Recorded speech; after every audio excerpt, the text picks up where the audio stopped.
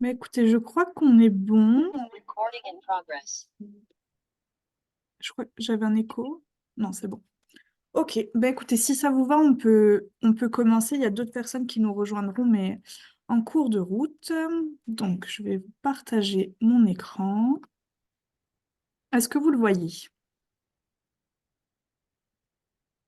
Oui, Ok, super. Alors, je vais vous partager plutôt celui-là, pardon. Je vais arrêter, recommencer, partager. Où est-ce qu'il est? C'est celui-ci. Hop, et là. Vous le voyez encore le diapo? oui, oui. Parfait. Ça marche.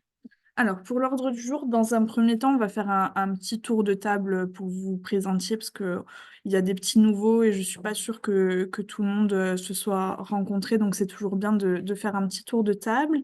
Après, je vous présenterai la feuille de route pour 2024.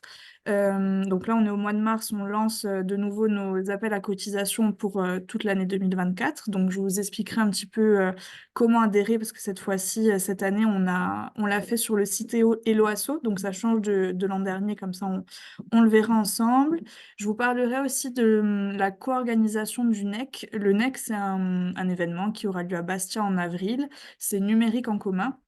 Donc, c'est le Hub Courtica qui est un peu à la tête de ça. Et du coup, avec plein d'autres partenaires, on le co-organise. Donc, je vous en dirai un petit mot.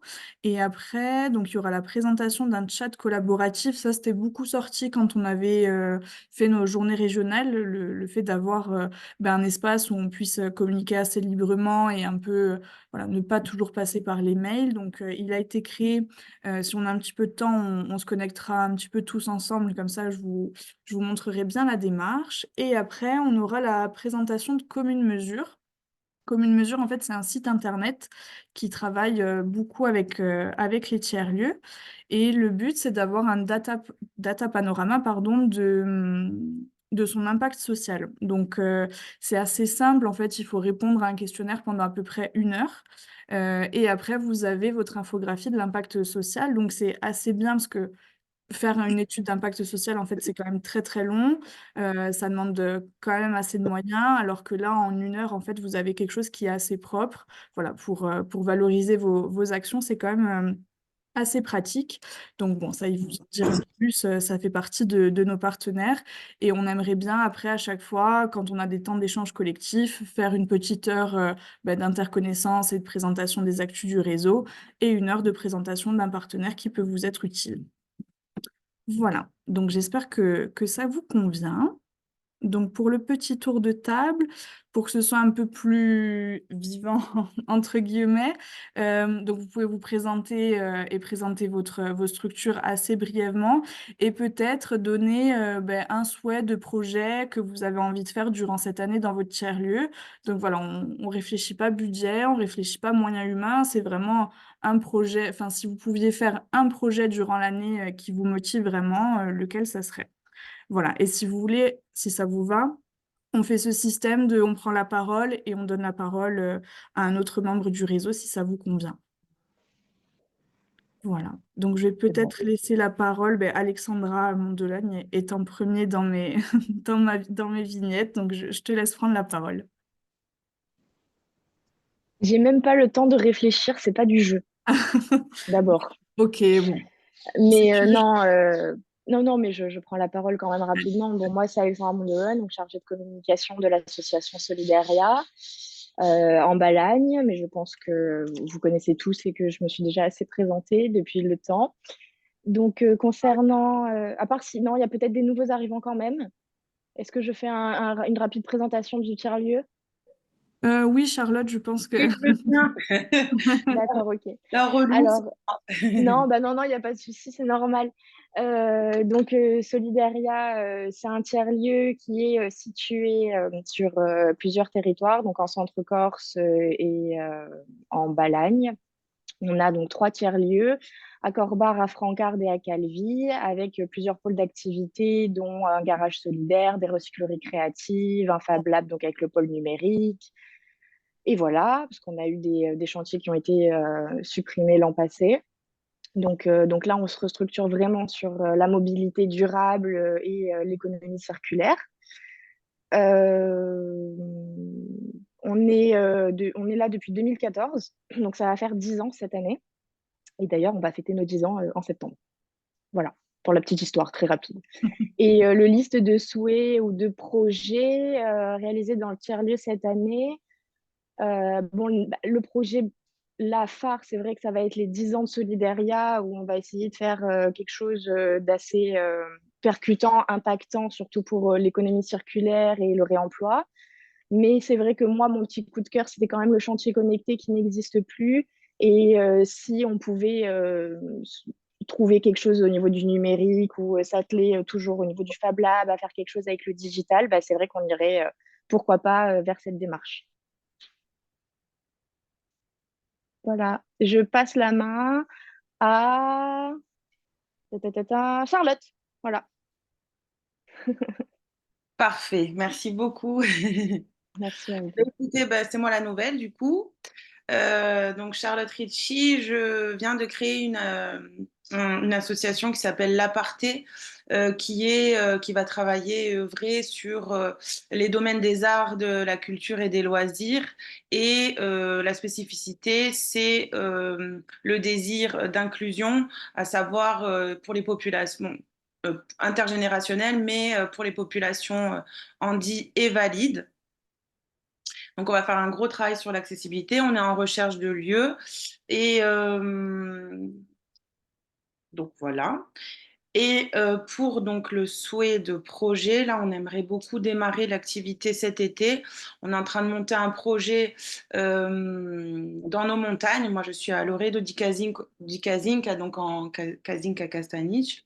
Et donc, on voudrait voilà, créer un petit peu avec mon équipe pédagogique des ateliers en binôme, théâtre, danse, art-thérapie, gym, bien-être, enfin plusieurs possibilités de ce type et voilà et essayer de trouver des financements pour proposer ça à la fois aux personnes qui vivent dans nos montagnes et puis aussi dans le coin et voilà pour le côté aussi pour les personnes de passage en été. Donc voilà, ça c'est vraiment notre projet parce que ce sera vraiment le démarrage, on va dire, et le début de l'aventure. Et puis ensuite, voilà, on cherche un lieu en plaine orientale, accessible et qu'on pourra aménager de sorte à ce que voilà, toutes les possibilités qu'on est en train de mettre en œuvre autour de l'accessibilité puissent être faites donc dans un lieu un petit peu adapté. Voilà. Et ah oui, je passe la parole à Romane.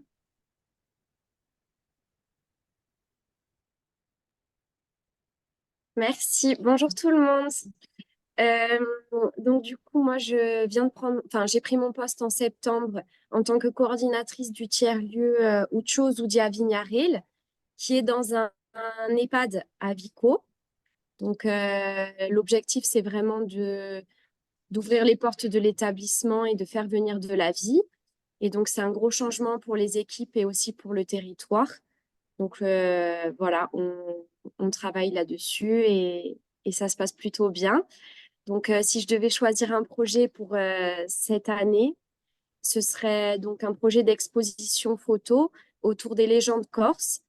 Euh, donc en fait, on est en train de recenser toutes les légendes que connaissent nos résidents, mais les anciens des différents villages dans toute la micro-région.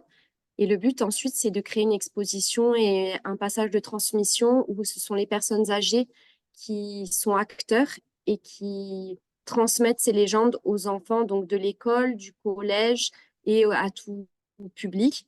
Et donc en fait, le collège est partant aussi pour traduire les légendes à partir de la rentrée prochaine en Corse, pour qu'il y ait aussi la culture de la langue corse. Donc voilà, ça c'est vraiment le gros projet qui me tient particulièrement à cœur parce que le tiers-lieu, donc, c'est vraiment tout ce qui va être activité intergénérationnelle, mais aussi en lien avec la culture et la transmission. Donc, je crois que c'est un des beaux projets qui va se réaliser. Voilà. Merci. Et je donne la parole à Mathilde. Merci Romane, bonjour à toutes et à tous. Eh bien alors donc Mathilde pour le tiers-lieu de Sorinsou. Sorinsou, ce sont plusieurs villages au-dessus de Vico, encore plus haut.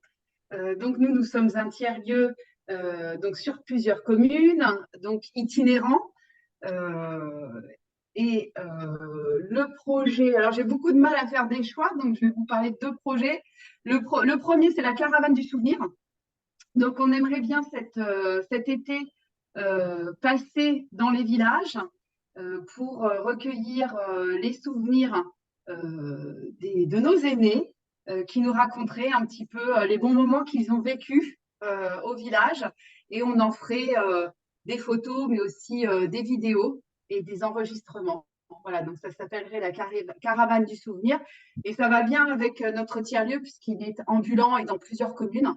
Et c'est vraiment pour aussi mettre l'accent sur tous ces villages qui sont très reculés dans le rural, où il y a quand même aussi de moins en moins de monde. Donc c'est une façon de faire revivre et de donner une dynamique au canton. Et il y a un deuxième projet qui me tient à cœur, c'est une formation, on change de public, une formation pour les porteurs de projets, justement dans le Haut-Canton, pour permettre à des personnes qui sont en reconversion ou des jeunes qui cherchent du travail, mais qui ont envie de vivre au village, pour leur permettre en fait d'un projet pouvoir pardon, excusez-moi, ça permet de structurer le projet surtout. Et c'est une formation de plusieurs heures où ces jeunes ou ces moins jeunes vont pouvoir avancer dans leur projet et d'une idée, parce qu'on ne naît pas tous avec le gène du chef d'entreprise voilà, avec nous, donc d'une idée pour pouvoir se structurer. Savoir exactement où ils en sont dans leur projet, puis les faire avancer en mettant bien sûr tout un accompagnement sur un parcours entrepreneurial, mais aussi un accompagnement numérique, un accompagnement en développement personnel, parce qu'il en faut. Voilà, donc c'est un des beaux projets que l'on mène d'ailleurs avec le tiers-lieu de Vico, avec Romane, cette année. Et donc, je donne la parole maintenant à Jo,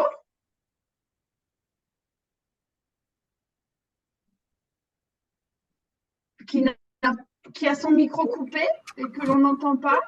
Vous m'entendez? Oui. Voilà. Bon, moi, je suis Jo Greco de Solidaire, comme je fais partie de la même association qu'Alexandra. Je suis l'encadrant Fab Lab à Calvi. Donc, le Fab Lab, il est au même lieu que le garage solidaire et que la recyclerie, dans la zone industrielle.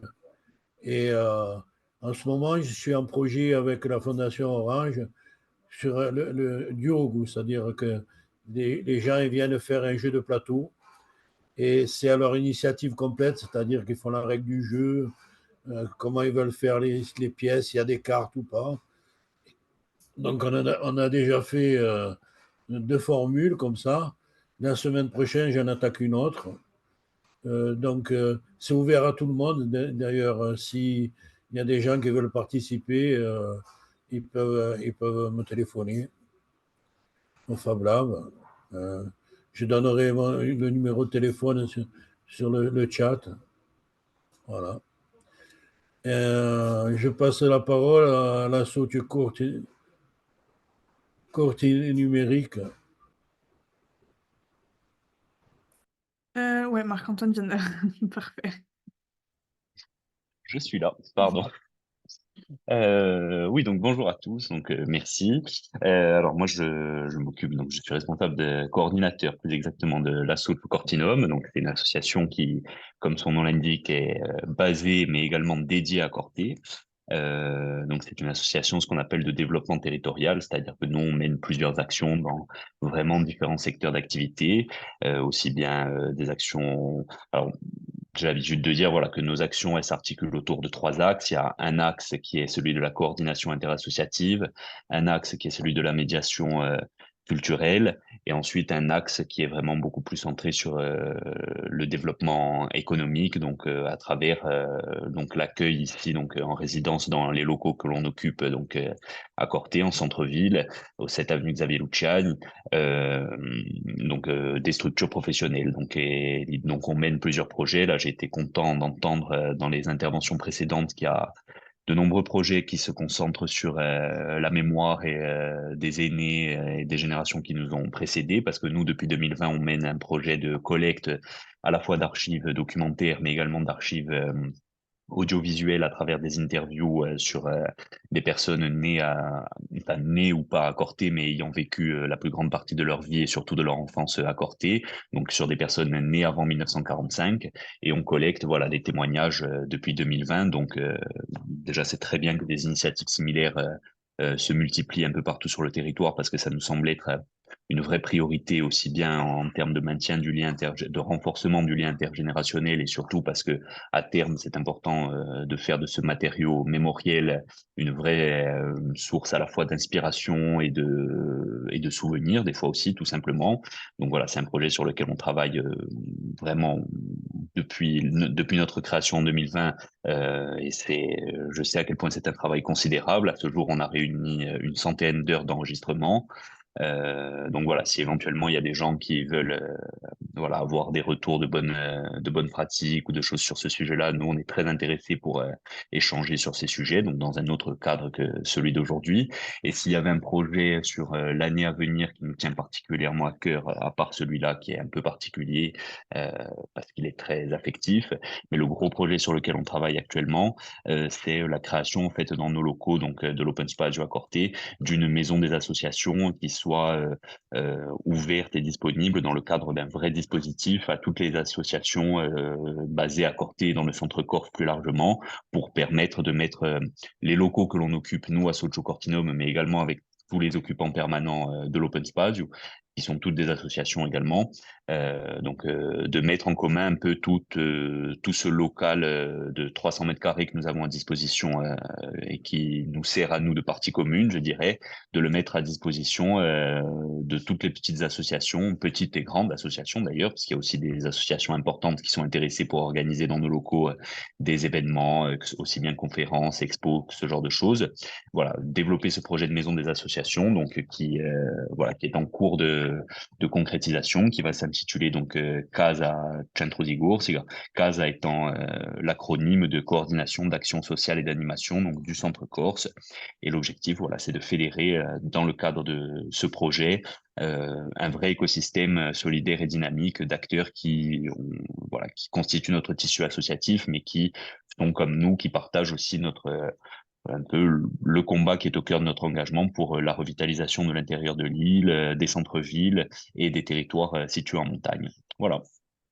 Et je passe la parole, je ne sais pas qui n'a pas parlé encore, José, Nadal peut-être.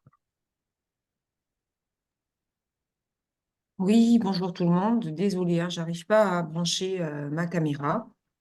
Donc la FALEP, pour notre réunion, donc la FALEP gère un tiers-lieu, La Ponte, centre-ville de Bastia, qui est toujours la partie où nous sommes situés. En fait, on est entre le Vieux-Port de Bastia et la Citadelle.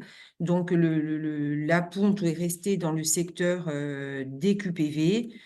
Donc, on travaille sur plusieurs axes, le social, le numérique, le culturel. Sur le projet, en ce moment, notre projet, c'est de continuer les actions que l'on mène envers tout public.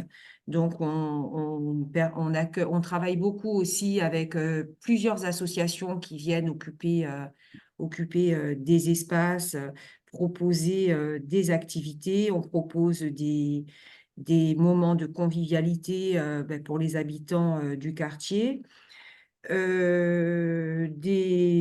coworking et de l'accès au numérique toute la journée pour l'ensemble des habitants. Donc aujourd'hui, on n'a pas de projet précis. On est sur des réponses d'appel à projet, donc avec des deadlines quand même assez sur mars-avril, donc ça nous demande beaucoup de travail sur ces dossiers. Et l'objectif cette année, avant tout, c'est de consolider le financement du tiers-lieu en croisant tous les financements. Voilà, donc à ce jour, pas de projet particulier. Et je passe la parole à, j'avoue que là, je ne sais pas qui. Alors, il doit rester Alexandra Fant. Allez, Moi, Alexandra, je au veux bien, hasard. merci José. Rebonjour à tous. Donc, moi, je suis Alexandra Fante, je suis la directrice du centre AFPA de Corse du Sud. Donc, pour la nouvelle, c'est Madame Rich, c'est ça? J'ai pas retenu votre prénom, excusez-moi. Oui, c'est ça, Charlotte. Charlotte, voilà, Charlotte. Donc, c'est l'AFPA, vous connaissez peut-être, c'est un organisme de formation. Et notre objectif principal, c'est l'insertion sociale et professionnelle des publics de tout âge confondu. J'allais dire de 7 à 77 ans, mais c'est plutôt de 17 à 57. Allez. Donc, nous avons au niveau du centre de Corse du Sud un espace tiers-lieu qui est plutôt dédié à de l'activité numérique avec un Fab Lab, un espace de coworking et une grande salle en fait de conférences où on peut accueillir des événements et où on accueille d'ailleurs régulièrement des événements. Parallèlement à ça, l'AFPA s'est intégrée à une réflexion un peu plus large. Et là, je voudrais faire écho à, à l'assaut du Cortinum sur voilà, l'AFPA, village des solutions, en travaillant avec les partenaires. On l'a déjà évoqué avec Morgane, Françoise et non, José n'était pas là, je pense, à cette fameuse réunion où on a lancé le village des solutions. Non. Non, Mais en fait, là, l'idée, c'est qu'effectivement, l'AFPA est aussi, peut devenir un lieu où on peut échanger sur des projets, mettre à disposition des espaces et finalement réfléchir de manière commune à des problématiques et lever les freins, quels qu'ils soient, lever les freins pour les personnes qui souhaitent s'insérer durablement dans l'emploi et qui ont des difficultés d'ordre social la plupart du temps. Donc, le projet pour 2024, ça serait plutôt le développement de l'activité du Fab Lab sur Ajaccio. Pour moi, ça devient maintenant une priorité. Alors, il y a le Fab Lab et il y aura peut-être aussi le développement de l'activité de coworking. C'est vraiment le projet phare pour 2024. Et je passe la parole, du coup, qui n'a pas pris la parole? Il ne reste plus que toi, Morgane? Il reste Non, il reste un peu moins. Qui? Il reste Daniel aussi. Ah, Daniel, pardon. Daniel, j'avais pas vu Daniel. Bonjour Daniel, et je te passe la parole alors. Bonjour à tous et à toutes, bien sûr. Donc, bon, déjà, moi, je suis ravie, je tiens à le dire, de voir qu'il y ait quand même beaucoup de jeunes qui s'investissent sur le secteur associatif et plus particulièrement sur des tiers-lieux, que ce soit en urbain, que ce soit dans le rural. Pour ce qui concerne l'association et ma présence, donc je représente aussi le Hub Corsica et en tant que présidente du Hub, donc sur le Hub Corse, notre projet, c'est bien entendu de toujours améliorer nos actions pour qu'il y ait plus de gens qui puissent s'inclure via le numérique. Ensuite, pour ce qui est de l'association Alpha, donc notre tiers-lieu est situé dans les quartiers sud de Bastia, qui sont des quartiers politiques de la ville. Donc, comme l'a exprimé José, nous attendons aussi les réponses au nouvel appel à projet. Mais ceci étant dit, ce que nous mettons en place, je suis désolée, je vais faire un peu, je dirais, presque côté mémoriel, hein, parce que ça fait 30 ans que nous sommes sur les quartiers. Donc, dans le cadre de nos activités, nous avons plusieurs axes. Dans le tiers-lieu, bien évidemment, nous avons l'axe qui est essentiellement tourné vers de l'insertion sociale et professionnelle via le numérique. Dans le cadre du projet Definov que nous avons en partenariat avec Aflocat, nous allons développer donc toute la partie insertion professionnelle et surtout acculturation au métier du numérique. Et je dirais que le projet qui est pour nous quand même important et qui se retrouve un peu chez tout le monde, c'est vraiment la partie insertionnelle, avoir un lieu qui justement fait que les gens puissent converger Et particulièrement, même si de fait l'aspect intergénérationnel est très important, on va se positionner aussi, je pense, sur l'avenir, les jeunes, puisque nous avons aussi, dans le cadre des missions que nous portons, un fort engagement pour les jeunes sans solution. Voilà. Voilà, je pense avoir fait un peu le résumé de notre activité et du projet que nous défendons plus particulièrement cette année, qui est vraiment tourné vers l'insertion sociale et professionnelle des jeunes à travers les différentes actions dont j'ai parlé. Voilà. Merci Daniel. Et il nous reste Romain, je ne sais pas s'il est dispo parce que je sais qu'il fait... Oui, je Ah, suis super. là. Alors, j'espère que vous m'entendez. Par Oui. contre, je suis avec les écouteurs. Alors, Romain Carpigne, je suis l'animateur de la Fabrique à Projet. Donc, pour ceux qui connaissent pas la Fabrique à Projet, c'est un tiers-lieu qui est porté par l'agglomération de Bastia, qui est inscrit dans une offre de services dédiée à l'entrepreneuriat, donc qui est également portée par la CAB, qui s'appelle Abia.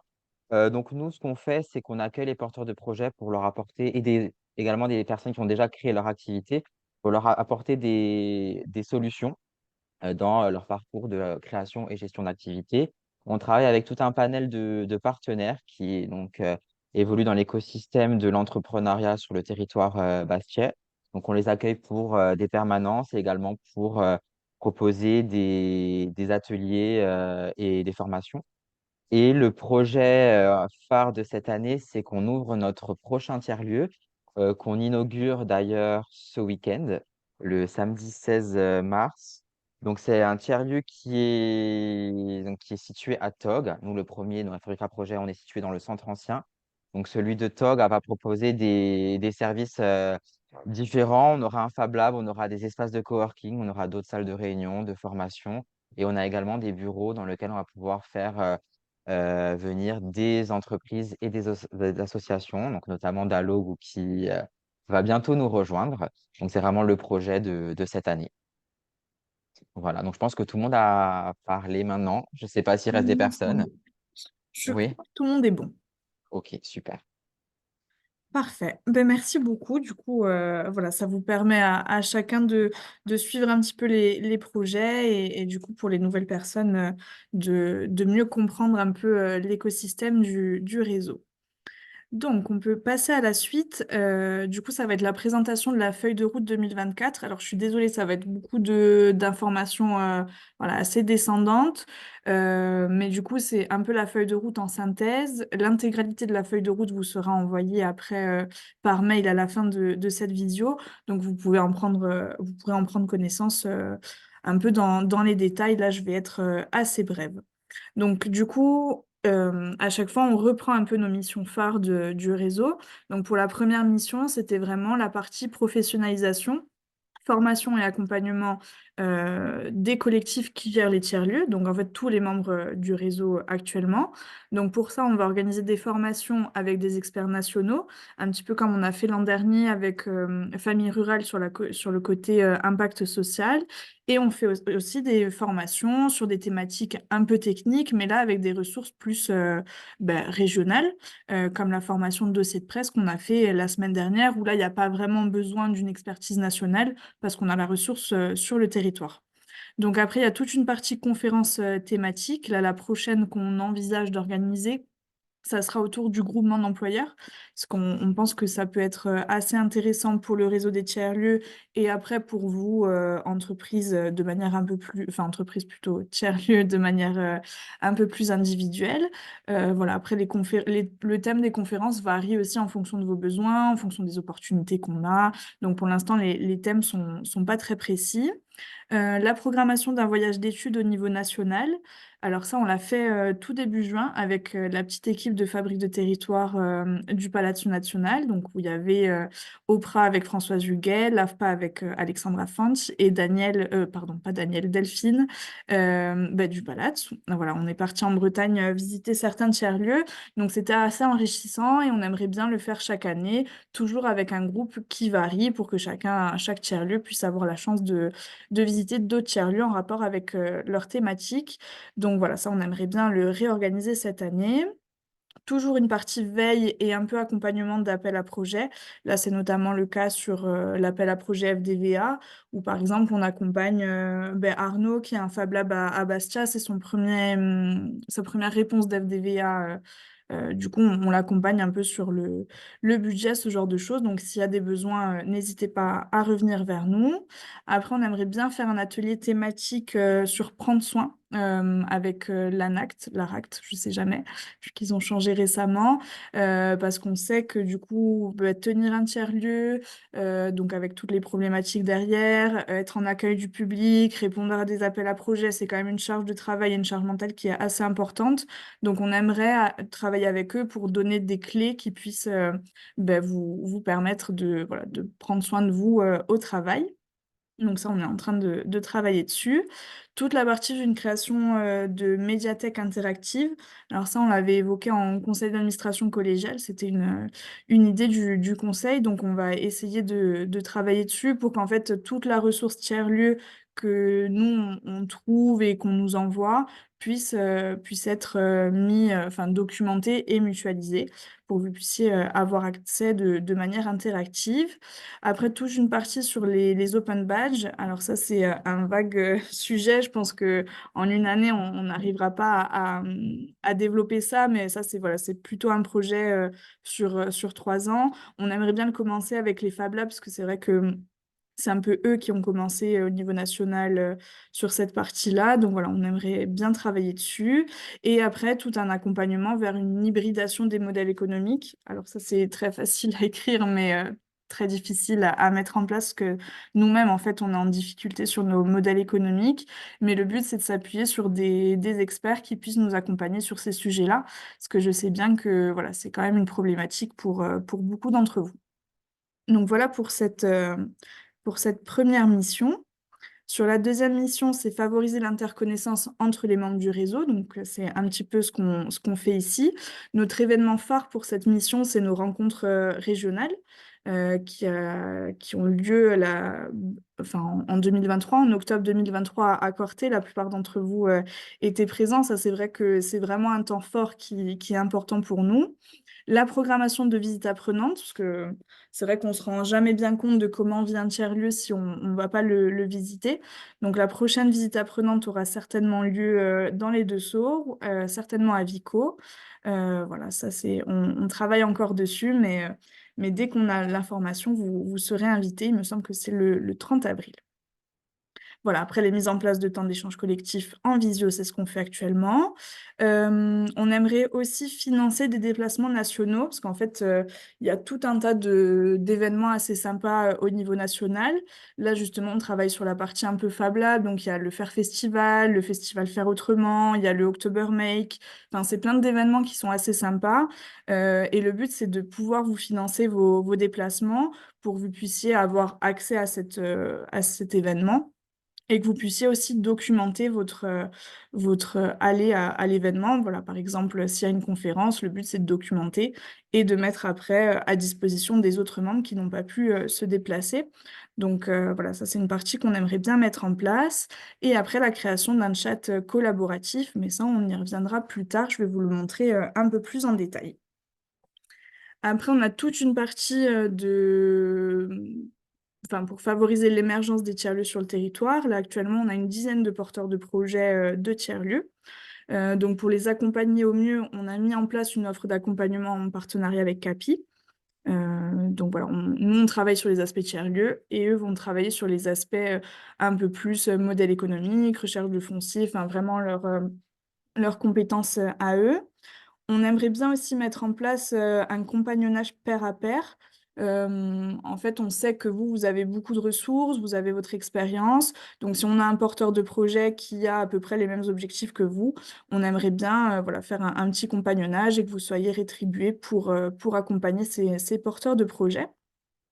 On a aussi été lauréat d'un accord cadre monté par l'ANCT, où en fait on va soutenir et aider à la création de tiers-lieux certaines petites communes. Donc là, par exemple, on a la commune d'Arjoust en Corse du Sud qui aimerait monter son tiers-lieu, qui a déjà son espace de cowork qui est mis en place. Donc là, voilà, on va pouvoir l'accompagner de manière beaucoup plus professionnelle, parce qu'on a répondu en consortium aussi avec le réseau régional des tiers-lieux en Aura et en PACA. Donc, ça permet voilà, d'avoir vraiment une expertise, parce que sinon, sur le réseau d'Alog, où je vais être la seule, et du coup, j'ai pas toutes les casquettes pour l'instant. Donc, voilà, ils pourront bénéficier vraiment de cette expertise. Et après, on l'avait aussi commencé pendant les journées régionales, c'est la création d'une cartographie des compétences des membres du réseau. Voilà, ça permet un peu de cibler si on a besoin de telle ou telle compétence, peut-être qu'on peut déjà aller toquer vers les membres du réseau plutôt qu'aller toquer chez d'autres organismes ou autres. N'hésitez pas à me couper hein, si c'est pas clair, je vous vois pas tous, donc n'hésitez pas à prendre la parole ou à mettre les questions dans le chat. Sur la 4e mission, c'est toute une partie sensibilisation des communautés d'acteurs professionnels. Donc là, on appelle ça, enfin, c'est un peu les acteurs qui sont pas tiers-lieux, mais qui peuvent être concernés par les activités que vous offrez. Donc pour ça, on fait des réunions de présentation du réseau aux acteurs qui sont susceptibles d'être intéressés. C'est notamment le cas avec la NCLI sur la lutte contre l'illettrisme et l'électronisme. Voilà, au tout début du réseau, on a pris contact avec eux pour leur parler du réseau et des tiers-lieux, parce que beaucoup de tiers-lieux sont confrontés à un public qui sont en situation d'illettrisme. Donc voilà, typiquement, c'est ce genre de choses. Donc il y a aussi une dynamique partenariale collaborative en fonction des projets. Ça, c'est un peu un joker, entre guillemets, dans la feuille de route, parce qu'on n'est jamais sûr d'avoir ce genre de projet durant l'année. Mais en tout cas, on se laisse de la ressource pour pouvoir travailler là-dessus. Donc typiquement, toujours pour reprendre la NCLI, on a été sollicité du coup par Sud Tiers-Lieux, donc le réseau des tiers-lieux en PACA, pour mettre en place une formation qui s'appelle la formation Duplex, parce qu'en fait cette formation n'est pas disponible en Corse. Donc on a travaillé tous ensemble aussi avec le hub Courtiga et le service numérique de la collectivité pour mettre ceci en place. Et donc là, les formations vont arriver très rapidement. La semaine prochaine d'ailleurs avec certains tiers-lieux. Voilà, je crois que Daniel a eu contact avec Bernard et José aussi. Enfin, on est toujours en attente de la réponse de la FALEP. Donc voilà pour ça. Ensuite, on a mis en place un événement l'an dernier qui était assez sympa, qu'on aimerait refaire, qui s'appelle Fabrica per Studia. En fait, le but, c'est de sensibiliser des professeurs des écoles pour qu'ils puissent prendre connaissance des outils numériques des Fab Labs et qu'ils puissent voir un petit peu quels projets numériques et pédagogiques ils pourraient faire avec eux. Donc voilà, ça c'est un événement qu'on aimerait bien réitérer. Puis on aimerait bien aussi mutualiser des formations, par exemple sur l'impact social. On sait que ça peut aussi concerner beaucoup d'associations qui sont en lien avec l'ESS, donc on pourra mutualiser tout ça. Donc toujours la programmation de conférences régionales, par exemple sur le groupement d'employeurs. On sait qu'on peut aussi inviter toujours les professionnels de l'ESS et de la culture, parce que c'est aussi des problématiques qu'ils peuvent rencontrer. Donc on pourra justement mutualiser tout ça et faire de la sensibilisation au tiers-lieu. Et après, on travaille sur une sensibilisation des étudiants de l'Université de Corse. Là, par exemple, on va intervenir la semaine prochaine avec des M1 marketing pour travailler un petit peu sur la notion de tiers-lieu et voir un peu comment communiquer sur notre réseau auprès du grand public. Donc voilà pour ça. Sur la partie toujours sensibilisation, mais cette fois-ci auprès des élus et des agents publics, on va mettre en place des visites apprenantes dans des tiers-lieux. Donc là, les sélectionnés étaient Vico avec Romane et avec Mathilde et aussi l'association Sipofa, qui sont vraiment 3 tiers-lieux qui sont concentrés dans la micro-région, et le tiers-lieu d'Aupre à Bastia. Donc ça, c'est en partenariat avec le service solidarité territoriale de la collectivité et avec CAPI. Donc le but, c'est d'aller dans des tiers-lieux et de montrer à des maires déjà la richesse de ce qu'est un tiers-lieu, de comment accompagner un tiers-lieu s'ils en ont un sur le territoire, et potentiellement, voilà, s'ils ont envie de créer un tiers-lieu, on pourra les accompagner. Le but, c'est pas de multiplier les tiers-lieux, mais c'est vraiment de leur faire prendre conscience de la richesse d'un tiers-lieu sur leur territoire. Donc après, bon, on présente toujours le réseau et ses actions un peu au fil de l'eau aux différents services de la collectivité, par exemple. On aimerait bien mettre en place un colloque régional RTES. RTES, c'est le réseau territorial de l'économie sociale et solidaire. Ça, c'est une idée qui a été proposée par Florence Bachelli, que certains connaissent, donc qui est en charge de l'ESS à la collectivité. Donc bon, pour l'instant, c'est qu'une idée, hein, c'est sur la feuille de route, mais on n'a pas du tout travaillé dessus. Donc à voir. Et on a aussi intégré un groupe de travail qui s'appelle Culture, Territoire et ESS. Donc toujours en lien avec la partie ESS de la collectivité, avec la CRES, avec CAPI et la partie culture de la collectivité également. Donc là, le but, c'est de cibler un peu certains besoins et de mettre en place des actions. Donc pour l'instant, c'est le tout début. Voilà, on est vraiment en première phase, je dirais, donc on n'a pas d'action pour l'instant très concrète. Donc voilà pour ça. Ensuite, toute une partie sensibilisation du grand public. Donc pour ça, on a mis en place l'an dernier les journées portes ouvertes des tiers-lieux de Corse, qu'on aimerait bien rebaptiser cette année les journées toujours ouvertes des tiers-lieux, parce qu'en fait, par définition, en tant que tiers-lieu, c'est vrai qu'on ouvre toujours nos portes. Donc c'est vrai que se dire que en fait, c'est ouvert qu'une fois dans l'année, c'est peut-être un peu dommage, donc on va travailler dessus. Voilà, l'an dernier, je crois qu'il y avait 17 tiers-lieux qui avaient participé. Le but, c'est d'ouvrir leurs portes au grand public en proposant des activités. Donc, il y a eu des after-work, des ateliers sur outils numériques. Voilà, je ne me rappelle plus de tout, mais il y a eu tout un tas de choses, des ateliers créatifs aussi. Ça, c'est vraiment au bon vouloir du tiers-lieu et de ses activités. Donc après, il y a toute une partie création de support de communication à sa destination. Là, on travaille sur la création d'une page Instagram qui puisse illustrer un peu ce qu'est un tiers-lieu et toute la richesse de vos tiers-lieux. Donc plus vous mettre en avant vous plutôt que le réseau, parce qu'en fait, le réseau ne va pas servir au grand public, mais plutôt à ses membres. Une présence sur la presse locale. Voilà, je pense que c'est important de dire que dans chaque région, il y a un petit peu un tiers-lieu, que chacun peut s'en saisir, aller voir ce qui se passe, potentiellement s'y investir de manière bénévole, etc.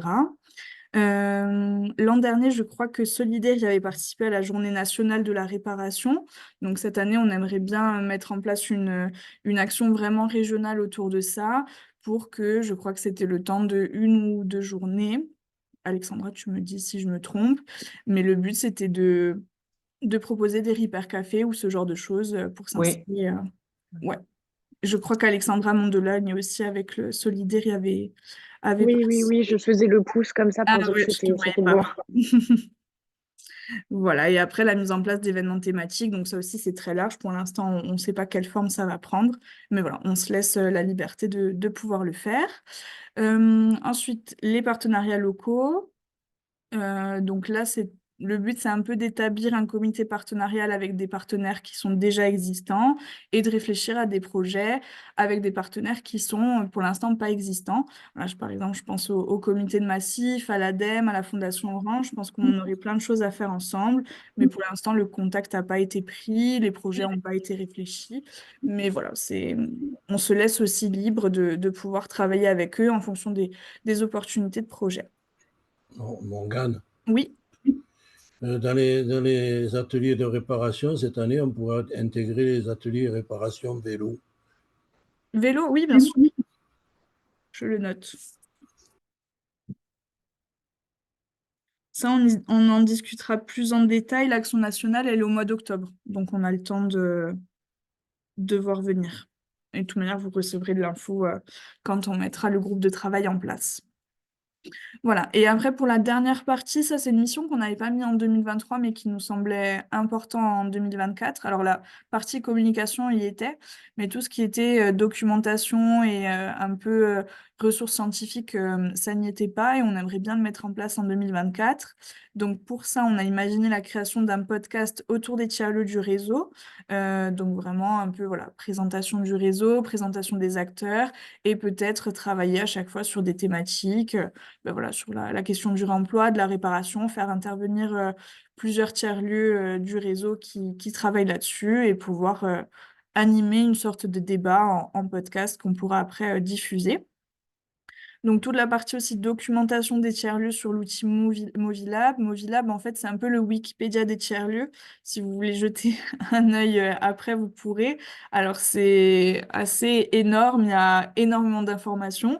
Donc, c'est un peu compliqué d'aller piocher la bonne info si vous n'avez pas de sujet précis. Mais en fait, enfin, la plupart des tiers-lieux et des réseaux documentent leur action, le publient, et du coup, ça sert aussi aux autres membres du réseau. Donc, c'est assez important de travailler là-dessus. Alors, je vois ton message, Charlotte. Merci d'être venue et à bientôt.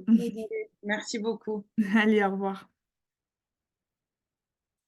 Après la partie accompagnement à la mise à jour de la cartographie régionale et nationale, l'an dernier, on avait organisé un recensement, donc le but, c'est de toujours le mettre à jour. Une recherche-action potentiellement avec l'Université de Corse, là aussi, rien n'est précis, mais on aimerait bien le mettre en place. Et après, sur la partie communication, donc bon, ça, vous êtes un petit peu habitués, il y a la création et l'envoi de la newsletter mensuelle, donc qui reprend toujours les activités qui ont été mises en place, les activités à venir. Et après, on a toujours une partie ressources, veille, appel à projet et un peu actualité du réseau. Là, par exemple, sur la dernière newsletter, vous avez dû certainement voir l'inauguration du tiers-lieu AV, là, dont nous parlait Romain à Bastia. Voilà. Et après, donc, notre site internet a été réalisé, mais il n'est pas du tout mis à jour, donc on aimerait bien travailler là-dessus. Et toute une partie animation des réseaux sociaux, un peu comme on fait actuellement sur Facebook et LinkedIn. Voilà pour la feuille de route. Donc, vous voyez qu'elle est assez dense. Je n'ai pas parlé du budget et du calendrier prévisionnel, mais vous le retrouverez dans la feuille de route globale que je vous enverrai après notre visio. Voilà. Et enfin, je reste dispo si vous voulez en discuter plus en détail par téléphone ou par mail après la visio également. Donc, voilà pour ça. Ensuite, comme je le disais, donc on a lancé notre appel à cotisation pour 2024. Alors, l'adhésion, du coup, est un peu différente. Le montant est différent de l'an dernier, hein. On l'avait voté en AG en septembre dernier. Il est passé de 20 € à 50 €, parce que là, c'est vrai que le réseau a quand même pris pas mal d'ampleur. Il propose des activités, enfin, beaucoup plus d'activités qu'en 2023. Donc, on s'est posé cette question-là. Et en 2025, bon, là, c'est encore plus loin, mais on aimerait bien travailler sur un système d'adhésion en fonction alors, du chiffre d'affaires de votre structure ou de la taille de votre structure, enfin, à voir comment on peut réaliser ça pour que ce soit le plus équitable possible. Donc, bon, j'ai mis un peu sur le diapo pourquoi adhérer. Bon, ça, je pense que j'ai pas trop besoin de revenir là-dessus, mais j'aimerais bien vous montrer le système d'adhésion pour cette année. Alors, est-ce que mon écran a changé du coup?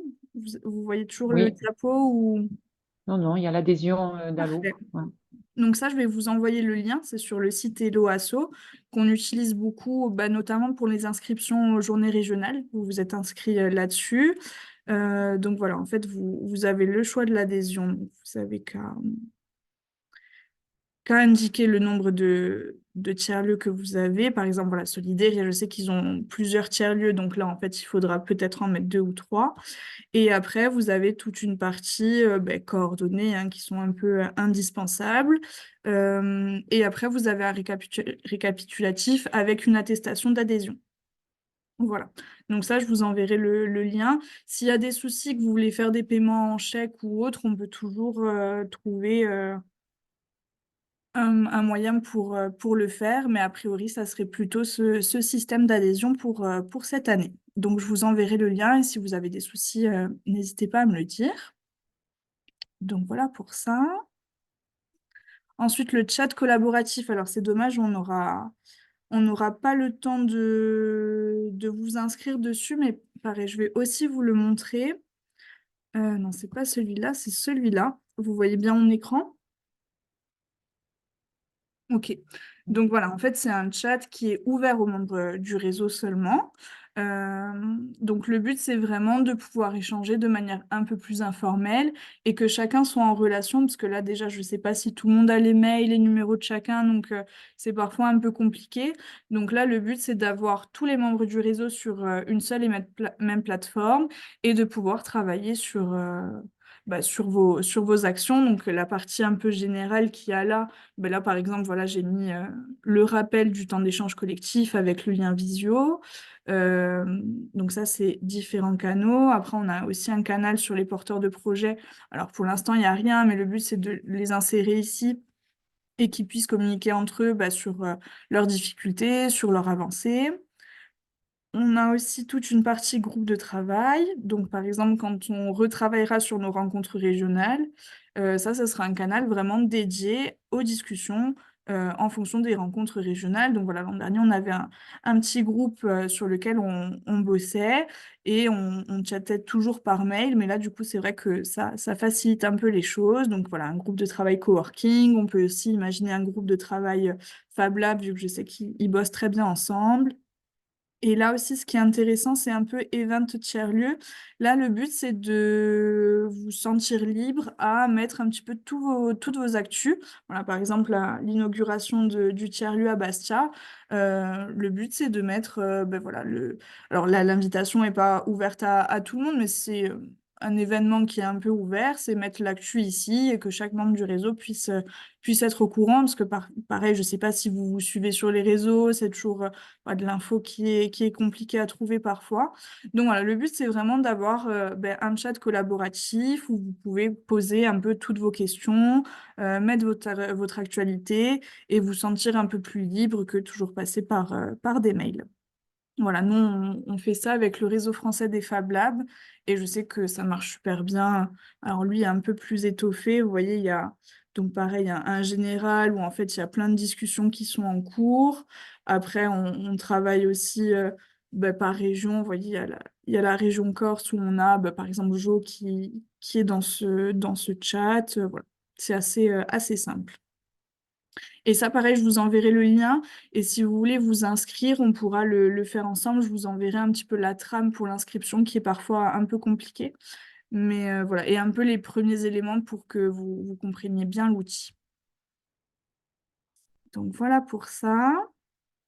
Et après, donc comme je l'évoquais un petit peu avant, on co-organise avec le Hub Cortica et plein d'autres acteurs, dont Solidaria qui est là, le numérique en commun. Donc c'est un événement qui aura lieu le 23 et 24 avril à Bastia. Alors il y a plein d'activités qui vont être proposées. Nous, les activités qu'on va proposer en tant que réseau, c'est la fresque du numérique. Je ne sais pas si certains d'entre vous l'ont fait ou ont fait peut-être la fresque du climat, la fresque de l'économie sociale et solidaire. C'est un petit peu le même système, ça dure 3 heures. Le but, c'est de prendre conscience un peu de l'impact du numérique et après d'avoir un peu les outils pour lutter contre ça. Et on va aussi essayer d'organiser, pour l'instant c'est pas fait, une conférence autour de la démocratie et du numérique. Voilà, parce que le thème aussi, c'est faire société avec le numérique et ne laisser personne sur le bord du chemin. Donc ça, c'est vraiment un événement grand public. Vous recevrez les invitations au moment venu. Voilà, mais je vous invite déjà à le noter sur votre agenda. Et au niveau des lieux, donc tout se fera à Bastia, comme je l'ai dit, et on a différents lieux dont 2 tiers-lieux. Donc, on a du coup 3 tiers-lieux plutôt. On a le port, donc AV au port de Tog, donc de la CAB, l'association Opra et l'association Alpha. Voilà. Voilà. Alors, on a fait le tour du coup de ce temps d'échange collectif. Je vois que Vincent est entré dans la discussion, il me semble. Oui, bonjour Morgane. Bonjour. Alors, je ne sais pas, peut-être qu'on peut se laisser 5 minutes si vous avez des questions sur tout ce que je viens d'évoquer. Et sinon, on passera la parole à Vincent et Florine. N'hésitez pas à lever la main ou mettre dans le chat si vous avez des soucis de micro.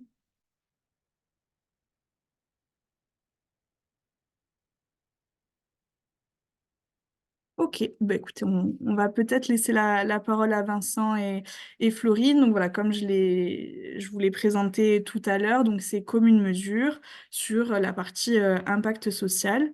Voilà, Vincent et Florine, je vous laisse peut-être vous présenter. Si vous avez quelque chose à projeter, je peux vous faire passer en animateur, comme ça vous pouvez partager votre écran, parce que là, je crois que vous ne pouvez pas le faire. Ouais, tout à fait. Je viens d'essayer. Je veux bien que tu me donnes les autorisations d'aller Yes. préparer un petit support avec Florine.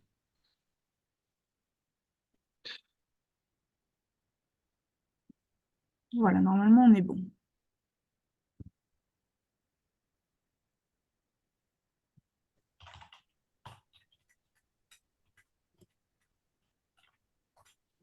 Est-ce que vous voyez bien mon écran?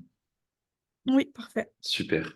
Eh bien, merci Morgane, enchanté et bonjour à tous et tous. Pour ma part, je suis Vincent Caillot, donc je suis responsable du projet Commune Mesure, qui est un projet porté par Plateau Urbain. Je ne sais pas si vous connaissez Plateau Urbain, c'est une coopérative collective d'intérêt commun, une SCIC, qui gère des tiers-lieux sur un format d'urbanisme transitoire, donc plutôt dans les villes. On est implanté à Paris, à Lyon, à Marseille et à Bordeaux. Et donc, on gère des tiers-lieux sur un format temporaire. Généralement, on récupère des bâtiments pendant une durée de 3, 4, 5 ans. Et donc, commune mesure étant pas encore structurée juridiquement, on est rattaché à Plateau Urbain. Donc, je suis moi-même salarié de Plateau Urbain, mais responsable du projet commune mesure. Et je suis accompagné par Florine. J'ai pas vu si elle s'était connectée. Je sais pas si Florine, tu m'entends. Je te laisse te présenter. Oui, je suis là. Bonjour à toutes et à tous, je suis Florine Rabier et je suis en master 2 d'urbanisme et je fais un stage avec Vincent du coup sur commune mesure pour 6 mois. Voilà, enchantée.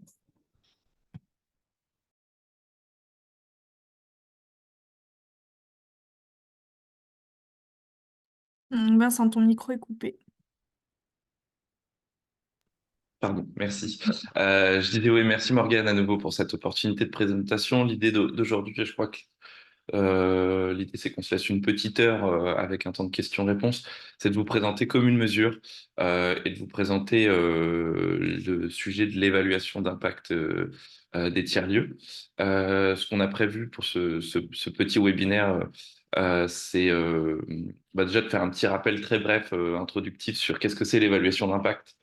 Et surtout pourquoi on considère que c'est important aussi pour les tiers-lieux. Et puis on passera au cœur de nos sujets avec une petite présentation de commune mesure, qui est, comme je vous le disais, un commun au service des porteurs de projets de tiers-lieux sur les questions d'évaluation d'impact, impact social et aussi impact environnemental.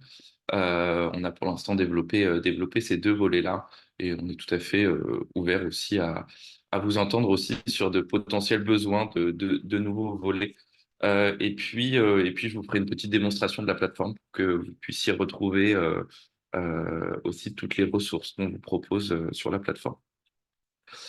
Juste un petit mot très bref pour être sûr que on parle de la même chose et qu'on s'accorde sur les grands mots. L'idée, c'est pas de vous assommer avec du vocabulaire, mais juste pour être clair, voilà, nous, on considère que l'évaluation, c'est ce qui est défini plutôt le processus qui vise à quantifier, mesurer ou valoriser les effets négatifs ou positifs, prévus ou imprévus, générés par une organisation sur ses parties prenantes, donc en l'occurrence les tiers-lieux sur ses parties prenantes.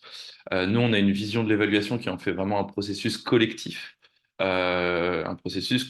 qui intègre évidemment les gestionnaires et les responsables du tiers-lieu, mais aussi l'ensemble de ses parties prenantes. Et donc l'évaluation, c'est ce processus qui vise à interpréter à nouveau de manière collective ces effets pour codéfinir la valeur sociale et environnementale en fonction d'un contexte donné. On entend souvent parler donc d'évaluation d'impact, impact social, impact environnemental. Nous, on préfère à ce terme d'impact le terme d'effet pour deux raisons. La première, c'est que le terme d'impact, il est généralement, comme on l'a écrit, il est parfois plutôt associé à une logique de rentabilité et de performance, ce qui n'est pas forcément la logique des tiers-lieux. Et par ailleurs, scientifiquement, quand on est dans des démarches d'évaluation d'impact plus, je dirais, scientifiques, l'impact nécessite d'avoir une comparaison avec un groupe test donc en l'occurrence nécessiterait de comparer un territoire donné avec et sans tiers-lieu, ce qui rend du coup l'évaluation vraiment de l'impact du tiers-lieu beaucoup plus complexe, et donc c'est pour ça que nous on préfère aussi ce terme d'effet. Voilà, donc comme vous nous entendrez parler d'évaluation des effets, vous pouvez rattacher ça à évaluation d'impact, c'est une idée similaire. Pourquoi nous on considère que l'évaluation d'impact c'est important pour les tiers-lieux? Bah évidemment, et je pense que vous êtes convaincus que les tiers-lieux c'est des acteurs des transitions sociales, environnementales, culturelles, démocratiques, et que les tiers-lieux, en l'occurrence vous êtes nombreux à porter des actions en faveur de l'utilité sociale, de l'utilité environnementale, avec souvent un fort ancrage territorial. Et donc, partant de ça, l'évaluation, évidemment, c'est utile pour les tiers-lieux parce que ça peut être mobilisé comme un outil de pilotage et d'aide à la décision pour les porteurs de projets. Dans ce cas-là, l'évaluation, ça s'inscrit dans le cadre d'une démarche évolutive où on évalue tout au long du projet dans le but de se questionner sur ses pratiques et de s'améliorer, d'accroître finalement les effets qu'on a sur son territoire. Mais c'est pas le seul objectif de l'évaluation, puisque l'évaluation elle peut être aussi mobilisée à des fins de communication pour valoriser votre projet et appuyer des actions de plaidoyer en faveur de votre projet. L'évaluation, et ça je pense que je ne vous apprends rien, ça permet aussi de rendre des comptes à ses partenaires et à ses financeurs, qui généralement vont vous demander de faire un reporting sur ces actions, sur vos actions, pour permettre de justifier l'allocation des ressources qui vous ont octroyées. Et puis, dans une visée un petit peu moins opérationnelle, mais c'est important quand même, l'évaluation, ça permet de produire de la connaissance, que ce soit pour vous en interne ou pour partager votre expérience à d'autres acteurs. Et puis, ça permet aussi de produire de la connaissance à échelle plus macro pour porter la voix des tiers-lieux et puis porter un plaidoyer en faveur des tiers-lieux qui souhaitent avoir un impact sur le territoire. Concrètement, ce qui est important au niveau de l'évaluation, c'est que, comme je viens de vous le dire, il y a différentes raisons qui sont toutes autant valables les unes que les autres de s'évaluer quand on est un tiers-lieu. Nous, évidemment, ce qu'on considère comme central, c'est le fait de mettre en place des démarches d'évaluation pour se piloter, pour s'améliorer, parce qu'on porte vraiment un projet qui a vocation à faire de l'évaluation un outil au service des lieux et des porteurs de projets de tiers-lieux. Mais c'est important quand même de se poser la question au début du processus d'évaluation de pourquoi vous souhaitez vous évaluer. Et donc là, on vous a mis une petite fiche atelier qui est très facilement appropriable. Concrètement, c'est un exercice qu'on vous invite à faire en collectif quand vous vous lancez dans une démarche d'évaluation, c'est de se demander finalement pourquoi, en tant que lieu, vous souhaitez vous évaluer. Donc voilà, vous pouvez venir coller des gommettes sur chacune de ces 5 cases selon ce qui vous semble le plus important. Et peut-être que voilà, vous serez dans un cas de figure où vous souhaitez vous évaluer pour vous piloter, mais aussi pour rendre des comptes à vos financeurs. Ce qui est intéressant, c'est que se poser la question permet aussi un petit peu d'anticiper les besoins de l'évaluation, puisque vous n'allez peut-être pas forcément aboutir au même livrable, que ce soit une évaluation pour l'interne, ou que ce soit une évaluation pour rendre des comptes à vos financeurs avec probablement un livrable type rapport d'impact ou grille d'indicateurs. Pour revenir un petit peu au cœur de notre sujet après cette petite introduction, vous rappelez peut-être la raison d'être et comment s'est construit ce projet de commune mesure. Je ne l'ai pas rappelé en début de présentation, mais on a la chance d'être financé par la Banque des Territoires, l'ADEME et la Fondation Abbé Pierre. Et donc à ce titre-là, on est financé pour développer et diffuser des méthodes, des outils, des ressources sur l'évaluation d'impact. Et donc on a la chance de pouvoir proposer tout ça en accès libre, open source et gratuit au tiers-lieu. Donc voilà, rien de ce que je vous présente et de ce que je vous propose aujourd'hui ne nécessitera de contrepartie financière de votre part. Commune mesure, comme je vous le disais, c'est un projet qui est historiquement porté et initié par Plateau Urbain, Donc en 2018, Plateau Urbain s'est intéressé à cette question de l'évaluation d'impact des tiers-lieux et a lancé une expérimentation sur une douzaine de tiers-lieux qui n'étaient pas forcément d'ailleurs portés par Plateau Urbain pour comprendre un peu quels seraient les besoins des tiers-lieux sur les questions d'évaluation, quels sont les grands enjeux de ces démarches d'évaluation pour les tiers-lieux. Et de là est ressorti deux grands constats. Le premier que je vous ai évoqué juste avant, c'est-à-dire que évidemment l'évaluation, c'est important pour les tiers-lieux, pour se piloter, pour rendre des comptes, pour produire de la connaissance, etc., etc. Mais aussi, finalement, les tiers-lieux, à la différence d'autres acteurs de l'ESS, par leur taille, sont des acteurs qui manquent de temps et ou de ressources et ou de méthodologie et ou d'outils et ou de ressources financières pour s'emparer des questions d'évaluation. Et donc, il est ressorti le fait qu'il y avait un réel besoin de la part des tiers-lieux de pouvoir devenir autonomes sur les questions d'évaluation, puisqu'ils n'ont pas forcément les moyens de débourser 30, 40 000 euros pour faire appel à un cabinet extérieur pour réaliser leur évaluation d'impact.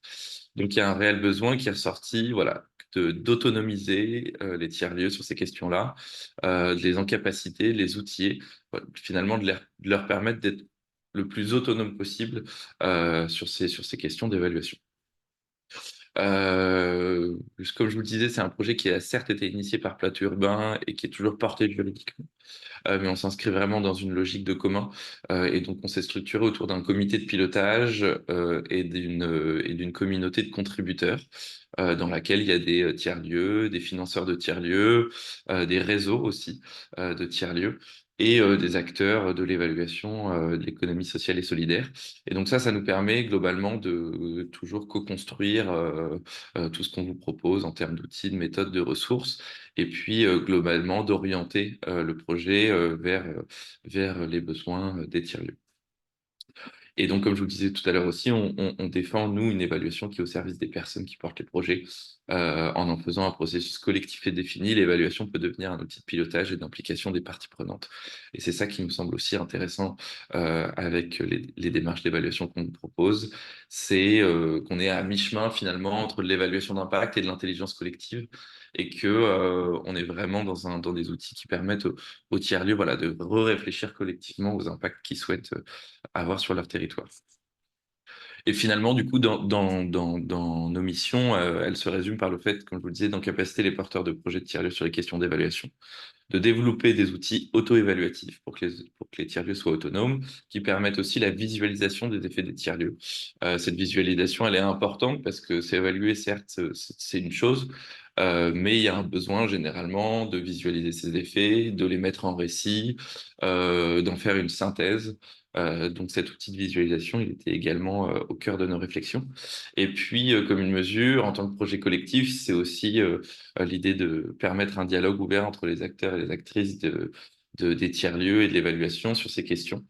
Voilà, dans une logique de commun, dans une logique de co-construction, et puis finalement d'offrir aussi un espace d'échange pour que les tiers-lieux puissent aussi dialoguer avec les financeurs et leurs partenaires. Puisqu'un autre constat qu'on a dressé depuis 2018, c'est que finalement, l'évaluation d'impact, elle est souvent dictée par les financeurs pour les tiers-lieux. Que les tiers-lieux sont contraints de rendre des comptes sur leurs actions à leurs financeurs dans le cadre de financement public ou privé, et que les critères ou indicateurs qui sont demandés par les financeurs ne correspondent pas toujours à la réalité des tiers-lieux et à la finesse de leurs effets ou impacts. Dans le sens où, voilà, je pense que vous en avez déjà fait probablement l'expérience, mais quand on reçoit une grille d'indicateurs d'un financeur à remplir, on va recevoir des critères socio-économiques assez classiques qui tentent de faire rentrer le tiers-lieu dans des cases, donc avec des critères socio-économiques sur le chiffre d'affaires, le nombre de mètres carrés en gestion, le nombre d'emplois créés. Mais nous, on avait aussi la conviction, et c'est une conviction qui est partagée avec les tiers-lieux avec lesquels on travaille, que les tiers-lieux sont aussi porteurs de choses un peu plus fines en termes d'impact, et que c'est aussi à eux de pouvoir définir les critères et les indicateurs qui font sens pour eux, d'autant plus que les tiers-lieux sont des objets très spécifiques et très divers, qui accueillent des activités hybrides, des publics variés. Et donc, à ce titre-là, c'est assez compliqué de faire rentrer les tiers-lieux dans les cases qui sont généralement proposées par les financeurs. Donc, voilà, cet espace de dialogue, il est aussi important pour nous. Concrètement, par quoi ça passe? Ça passe par le fait de proposer des outils, des méthodes, des ressources sur la plateforme. Dans ce cadre-là, il était important pour nous de pouvoir créer des outils qui soient appropriables le plus facilement possible par les tiers-lieux, comme je vous disais, toujours dans cette optique d'autonomiser les porteurs de projets. Et on a eu l'idée du coup de créer différents niveaux de ressources qui sont appropriables par les tiers-lieux en fonction de leur niveau de maturité sur les questions d'évaluation. Donc, il y a des ressources, disons, très simples qui sont appropriables très rapidement. Il s'agit notamment des questionnaires auto-évaluatifs qu'on a mis en ligne. Questionnaires auto-évaluatifs qui sont au nombre de 3.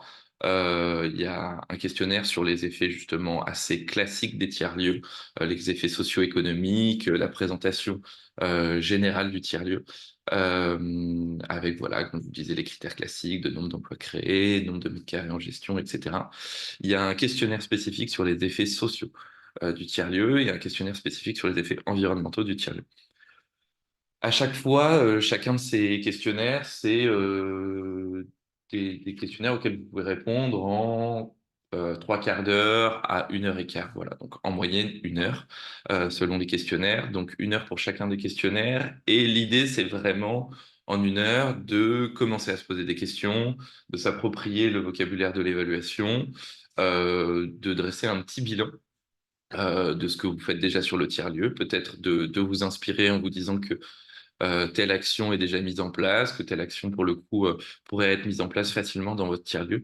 Donc, ça a vraiment pour objectif de mettre le pied à l'étrier des questions de l'évaluation et de commencer à se poser des questions. En parallèle, dès que vous répondez à l'un des 3 questionnaires, il y a une page qui est générée sur le site de Commune Mesure qui s'appelle le Data Panorama. Donc, à nouveau, il y a 3 pages qui sont possibles, qu'il est possible de générer pour votre lieu. Donc, une page pour le questionnaire classique sur les effets socio-économiques, une page pour les effets sociaux et une page pour les effets environnementaux. Chacun de ces 3 questionnaires va donc du coup permettre de générer un data panorama. Ce data panorama, c'est la visualisation dont je vous parlais tout à l'heure. C'est en fait une cartographie de vos effets, une photographie des effets de votre lieu à un instant T, qui est aussi une petite carotte au remplissage du questionnaire, puisque c'est quelque chose que vous pourrez ensuite valoriser en interne, en externe auprès de vos financeurs, et qui permet, voilà, de déjà avoir une première photo des effets de votre lieu qui peut être valorisée. Et ce sera probablement le cas si vous souhaitez aller plus loin sur les questions de l'évaluation, puisque ces questionnaires et ces data panoramas n'ont pas vocation à remplacer un processus d'évaluation complet. Donc, comme je vous disais, c'est plutôt dans un objectif de mettre le pied à l'étrier. Et donc, si vous souhaitez aller plus loin et mettre en place des démarches d'évaluation complètes sur votre lieu, on a là créé des méthodologies. À nouveau, une méthodologie sur l'impact social, une méthodologie sur l'impact environnemental. Ces 2 méthodologies, elles prennent la forme d'un guide à chaque fois, un guide qui vous permet de prendre en main et de vous approprier ces méthodologies. Concrètement, normalement, avec chacun de ces guides, vous êtes en mesure d'avoir tous les outils, les formats d'ateliers à mettre en place sur votre lieu pour vous lancer dans une démarche d'évaluation complète. Voilà. Je vous représenterai rapidement chacun de ces outils sur des exemples après. Et puis enfin, le dernier niveau, c'est des ressources pour s'informer sur les sujets de l'évaluation, pour aller plus loin, puisque certes, on a développé des outils en propre chez Commune Mesure, qui sont spécifiques pour les tiers-lieux. Mais il y a d'autres acteurs qui s'intéressent à la question de l'évaluation d'impact, pas forcément pour les tiers-lieux, mais avec des méthodologies ou des outils qui peuvent être intéressants. Et donc, on se permet aussi de partager des ressources qui nous semblent intéressantes et appropriables par les tiers-lieux. Donc, vous pouvez aussi voir la plateforme Commune Mesure comme un centre de ressources plus global si vous souhaitez aller plus loin.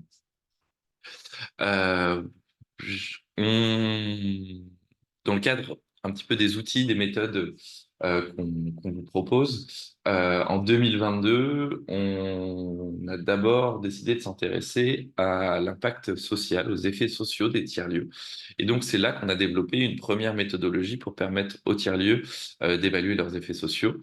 Et donc, c'est à ce moment-là qu'on a eu justement cette idée de créer à chaque fois des outils complémentaires qui se répondent et qui permettent de toucher différents types de tiers-lieux selon le niveau de maturité, leur niveau de maturité sur les questions d'évaluation. Donc, à ce moment-là, sur le développement du volet social, on a créé un premier questionnaire auto-évaluatif avec la possibilité de générer donc un premier data panorama pour les effets sociaux de votre lieu, et puis un guide méthodologique qui explique vraiment comment mettre en place la démarche complète. Je vous enverrai le support de présentation, mais on vous a aussi remis des liens utiles qui sont normalement facilement trouvables aussi sur le site, hein, mais à toute fin utile, vous avez également des liens sur le support de présentation. Concrètement, là, je vous ai mis une petite capture d'écran du guide méthodologique sur l'impact social. Ce guide, il explicite les différentes étapes du processus d'évaluation.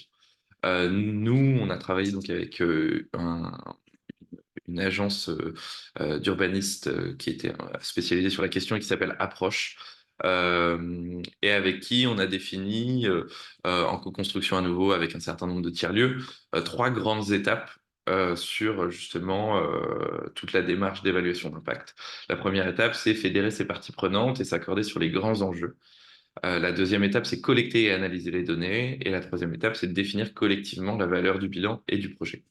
Et concrètement, qu'est-ce que vous allez retrouver dans ce guide? Pour chacune de ces 3 étapes, il y a un format d'atelier qui va vous être proposé. Vous le voyez ici, là, c'est l'atelier 1.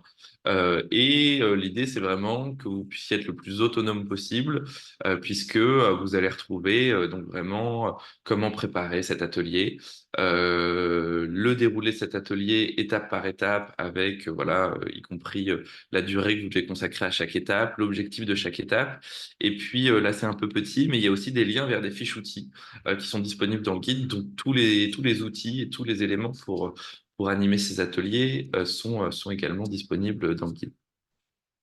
Concrètement, nous, le retour qu'on a eu sur les gens qui se sont déjà appropriés sur ce guide, c'est qu'effectivement, il vous permet d'être autonome ou quasi autonome, puisque certains tiers-lieux qui se sont emparés de la démarche ont aussi décidé parfois de faire appel à un facilitateur externe qu'ils ont généralement choisi eux-mêmes, et facilitateur qui avait plutôt vocation à faire l'animation des ateliers. Et qui permet aux tiers-lieux et aux porteurs de projets du tiers-lieu d'être plutôt, disons, participants aux ateliers que animateurs. Et donc, ça permet de poser aussi parfois un regard extérieur sur l'animation de l'atelier. Ça peut être intéressant. Voilà, d'autres s'en sont emparés aussi en faisant en toute autonomie. Donc, les deux sont possibles. Si vous faites appel à un facilitateur, on est de toute façon loin des budgets loin des budgets d'un cabinet d'évaluation d'impact. Nous, on a parlé à des tiers-lieux qui nous ont dit, voilà, on va plutôt dépenser 1000, 1500 euros, 2000 euros pour l'animation de ces ateliers et la construction d'un livrable. Mais avec cette méthode-là, voilà, vous êtes en quasi du coup autonomie sur la mise en place de la démarche. Une petite parenthèse aussi méthodologique pour que vous puissiez aussi comprendre un petit peu nous ce qu'on imagine quand on parle d'évaluation, parce que quand on parle d'évaluation, effectivement, on pense grille d'indicateurs, critères, etc., etc. Comme je vous le disais, nous, on a une vision de l'évaluation qui est beaucoup plus un processus collectif qui vise à intégrer aussi les parties prenantes de votre tiers-lieu à la réflexion. Et concrètement, pour vous expliquer ça, je voulais vous montrer un petit peu la théorie du changement. La théorie du changement, c'est très plébiscité quand on parle d'évaluation. C'est pas du tout nous qui l'avons inventée, mais elle est au cœur du guide méthodologique sur l'impact social que je vous ai montré juste avant. Et concrètement, c'est un petit peu ce type de choses que vous allez être amené à réaliser si vous mettez en place une démarche d'évaluation complète. La théorie du changement, c'est un modèle d'atelier durant lequel vous fédérez toutes les parties prenantes du projet autour de la table et vous tirez le fil des effets que vous souhaitez avoir en vous posant un petit peu la question colonne par colonne de la raison d'être finalement du tiers-lieu. L'idée, c'est de partir des parties prenantes du tiers-lieu et de se poser la question de sur qui on souhaite avoir des effets en tant que tiers-lieu et en tant que projet collectif. Et donc là, vous allez lister les parties prenantes du tiers-lieu et vous allez vous dire bah voilà, sur lesquelles, plus spécifiquement, on souhaite avoir un effet. Ensuite, pour chacune de ces parties prenantes que vous avez sélectionnées, l'idée est de se poser la question de leurs besoins et de repartir à nouveau vraiment de cette vision centrée sur les besoins. Et donc de se dire, voilà, pour chaque partie prenante, quel besoin?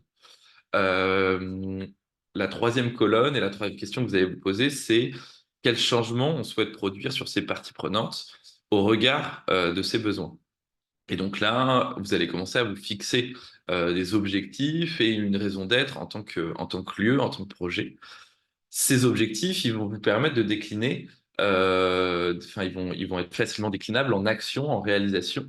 Et la question qu'il faut se poser à ce moment-là, c'est quelles actions on met en place pour atteindre ces objectifs, pour atteindre ces changements. Et à partir de cette action, et seulement à ce moment-là, arrive la question des effets. Et là, vous allez pouvoir vous poser la question de, finalement, quels sont les effets attendus des actions que je vais mettre en place. Les effets, vous pouvez les décliner en 3 colonnes. C'est des effets à court terme, à moyen terme et à long terme. On n'a volontairement pas mis une dernière colonne, mais elle pourrait être là. Ce serait finalement les indicateurs, puisque une fois que vous avez dessiné les effets attendus du projet, il est assez facile de décliner ces effets en indicateurs. Donc vous voyez, finalement, les indicateurs, ils arrivent qu'à la toute fin du processus, juste après les effets. Et en fait, ce travail-là sur l'évaluation d'impact, c'est aussi un travail qui est à mi-chemin, comme je vous le disais, entre l'évaluation et l'intelligence collective, où finalement, on se refédère autour du projet, on réfléchit aux besoins du territoire, aux parties prenantes du projet, à leurs besoins, et on tire justement, comme je vous le disais, le fil des objectifs, etc., pour atteindre les effets et les indicateurs en tout temps. Ça défend à nouveau l'idée vraiment d'une vision collective de l'évaluation. Et ça permet, voilà, nous, les retours aussi qu'on a eu sur la prise en main de cette méthodologie, c'est des tiers-lieux qui nous ont dit, c'est vrai que on pensait se lancer dans de l'évaluation et en fait, on a été beaucoup plus loin parce qu'on a pu se reposer des questions sur notre raison d'être, sur ce qu'on voulait faire en collectif, etc., etc. Donc, c'est un exercice qui peut être aussi intéressant pour ça. Et même si vous n'avez pas la volonté d'aller jusqu'aux indicateurs, et ben, en fait, vous pouvez quand même vous poser la question. Et c'est un exercice qui peut même être très intéressant en tout début de projet. Évidemment, le fait d'aller jusqu'aux indicateurs est quand même intéressant parce que ça peut vous permettre ensuite de passer aux étapes suivantes, notamment aux étapes de récolte des données et d'analyse des données pour vérifier effectivement que vous rentriez bien dans les clous des indicateurs que vous étiez fixés à la base. Suite à ce volet environnemental, il nous a semblé assez pertinent dans la continuité de ce qu'on avait fait en 2022 sur le volet social, de construire un volet environnemental, puisque beaucoup de tiers-lieux sont aussi impliqués sur cette dimension-là. Et donc à nouveau, il y a eu cette volonté de créer 2 outils, un guide méthodologique qui présente la démarche de façon détaillée et qui propose une introduction en expliquant un petit peu les enjeux liés à l'évaluation d'impact environnemental. Et surtout qui explicite, selon nous, les 5 plus 1, donc 6 grandes dimensions environnementales sur lesquelles on considère que les tiers-lieux sont impliqués et sur lesquelles ils peuvent se positionner.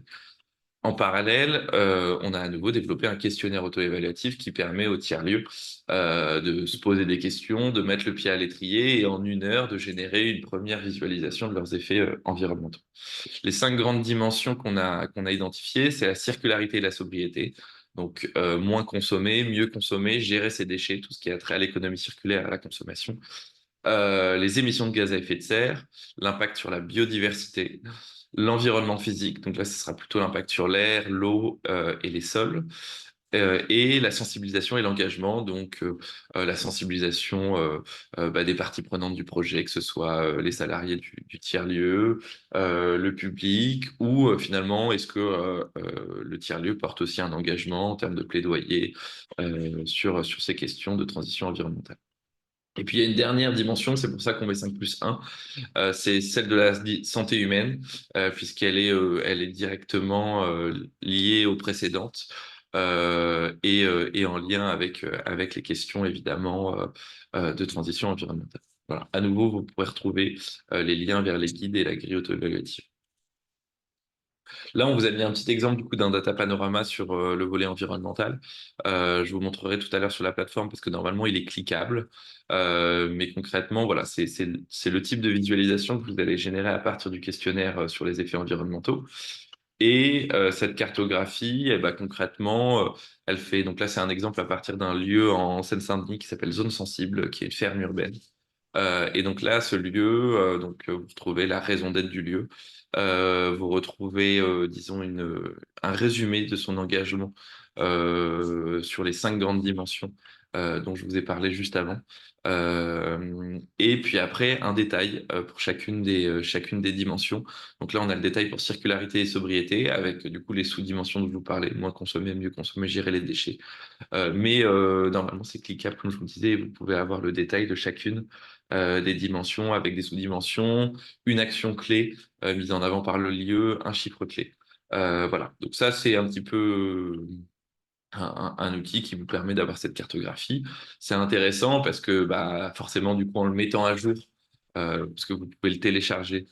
C'est évidemment un outil qu'on vous invite à télécharger et à remettre à jour 6 mois, un an et demi plus tard pour voir aussi la progression. Donc, c'est intéressant à ce niveau-là. Et puis, c'est un outil aussi qui peut être valorisé en interne comme en externe, que ce soit pour s'améliorer ou rendre des comptes à vos partenaires et financeurs. Ce que je peux vous dire aussi sur ce questionnaire, c'est que quand on s'est lancé dans le développement du volet environnemental, on s'est posé la question de jusqu'où on allait dans un premier temps. Et il a été décidé d'abord développer un outil de cartographie des effets environnementaux plutôt qu'un outil purement quantitatif. Donc, l'idée de ce questionnaire sur les effets environnementaux, c'est pas de ressortir avec un bilan carbone disant le site, le tiers-lieu émet 50 tonnes ou équivalent, 50 tonnes de CO2 ou équivalent CO2 par an. L'idée, c'est plutôt vraiment, ou alors, par exemple, je donne un autre exemple quantificatif pour ceux qui sont moins sensibles au bilan carbone, mais l'idée, c'est pas non plus de vous demander combien de tonnes de déchets vous avez valorisé dans l'année. L'idée, c'est de vous demander, est-ce que effectivement vous avez mis en place des filières de valorisation des déchets sur votre lieu? Est-ce que vous avez mis en place un compost? Est-ce que vous travaillez avec des partenaires sur le territoire sur justement cette valorisation des déchets? Sur les émissions de gaz à effet de serre, on va vous demander si, oui ou non, vous avez mis en place une isolation du bâtiment, si vous réfléchissez à la mobilité de vos publics, si vous réfléchissez à l'alimentation sur votre lieu. Mais on va vous poser des questions en lien avec ça, mais sans qu'elles deviennent quantitatives. Donc l'exercice, à nouveau, c'est plutôt un positionnement, c'est plutôt une cartographie. Donc, il ne faut pas non plus voir ces barres de progression et ce diagramme comme un score, disons, très normé. C'est plutôt voilà, une barre de progression, un positionnement de votre lieu. C'est tout à fait normal pour certains lieux d'être bon quelque part et pas bon ailleurs, puisque ça dépend aussi de la raison d'être de votre lieu. Tous les lieux n'ont pas vocation à avoir un impact important sur la biodiversité. Je pense par exemple à des lieux qui sont plutôt en zone urbaine. Et puis à l'inverse, d'autres lieux vont avoir un impact fort sur l'environnement physique et la biodiversité, et moins sur la circularité et la sobriété. Donc, pas voir cet outil comme un score, plutôt vraiment comme un positionnement et comme une cartographie un petit peu des actions que vous mettez déjà en place. À nouveau, ça peut servir d'outil d'inspiration, puisque vous avez la possibilité de rendre votre data panorama public sur la plateforme. Nous, on pense que c'est intéressant parce que bah, voilà, ça permet aux tiers-lieux de s'inspirer. L'idée attend à nouveau de ne pas se comparer, puisque comme on n'est pas dans le quanti, deux tiers-lieux peuvent avoir le même positionnement, alors que l'un valorise 50 tonnes de déchets par an et l'autre 100 tonnes de déchets par an. Mais comme on n'est pas dans une démarche encore quantitative, c'est aussi important de vous dire ça. Et c'est aussi pour ça qu'on a permis aux lieux de pouvoir mettre dans leur data panorama une action et un chiffre clé pour chacune des dimensions. Je vous propose, avant de prendre vos questions, et j'ai vu que le chat s'était allumé, de vous montrer très rapidement ce qui se passe sur la plateforme.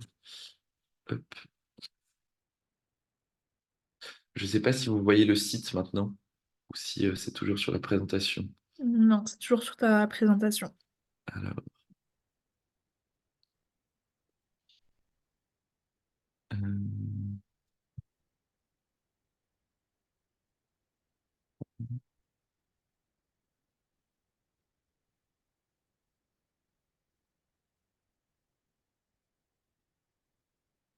non, et là vous avez à nouveau la présentation, Ouais. pardon. Hop, voilà. Yes. Voilà, pour la plateforme, super.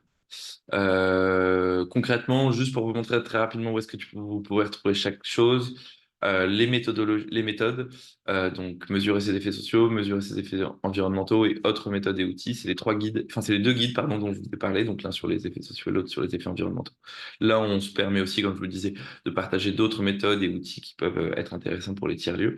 Sur le bouton s'auto-évaluer, vous allez pouvoir retrouver les trois questionnaires. Et puis, dans la partie les lieux, les data panoramas des lieux, vous retrouvez ici là tous les lieux qui sont référencés. Et donc, à chaque fois, vous avez trois boutons. Le data panorama, c'est la fiche d'identité du lieu avec les impacts plutôt socio-économiques. Et puis après, vous avez la page effets sociaux, la page effets environnementaux, selon ce que le lieu a choisi ou selon, enfin, selon ce que le lieu a rempli ou selon ce qu'il a décidé de partager et de rendre public. Donc, quand c'est grisé, c'est qu'il n'a pas rempli ou qu'il n'a pas décidé de rendre ça public. Ce qui est tout à fait possible. Donc là, vous pouvez retrouver les lieux. Ce que je ne vous ai pas dit aussi, c'est que à l'heure actuelle, il y a 1521 lieux qui sont référencés sur la plateforme. Référencés, ça veut dire qu'ils ont un minima rempli le questionnaire général et donc on a pu générer la fiche d'identité du lieu. Il est possible que vous n'ayez pas rempli ce questionnaire-là, mais que vous soyez pourtant référencé sur la plateforme. Ça s'explique par le fait que, je ne sais pas si vous vous souvenez, mais en mars dernier, il y a France Tiers-Lieux qui a lancé son recensement national des tiers-lieux. Et donc, il avait diffusé un questionnaire de recensement à tous les tiers-lieux.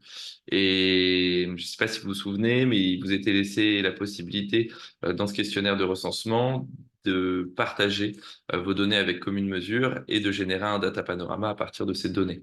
Et donc, nous, on a travaillé là, ces derniers mois à l'intégration des données euh, des lieux du recensement qui avaient accepté de les partager avec nous. Et donc, on a généré un data panorama pour tous ces lieux, un data panorama à nouveau, le data panorama central avec les informations socio-économiques, la fiche d'identité. Et l'objectif étant aussi que ces lieux, bah voilà, maintenant, agrémentent leur data panorama avec une seconde page sur les effets sociaux ou une page sur les effets environnementaux ou les deux, s'ils le souhaitent.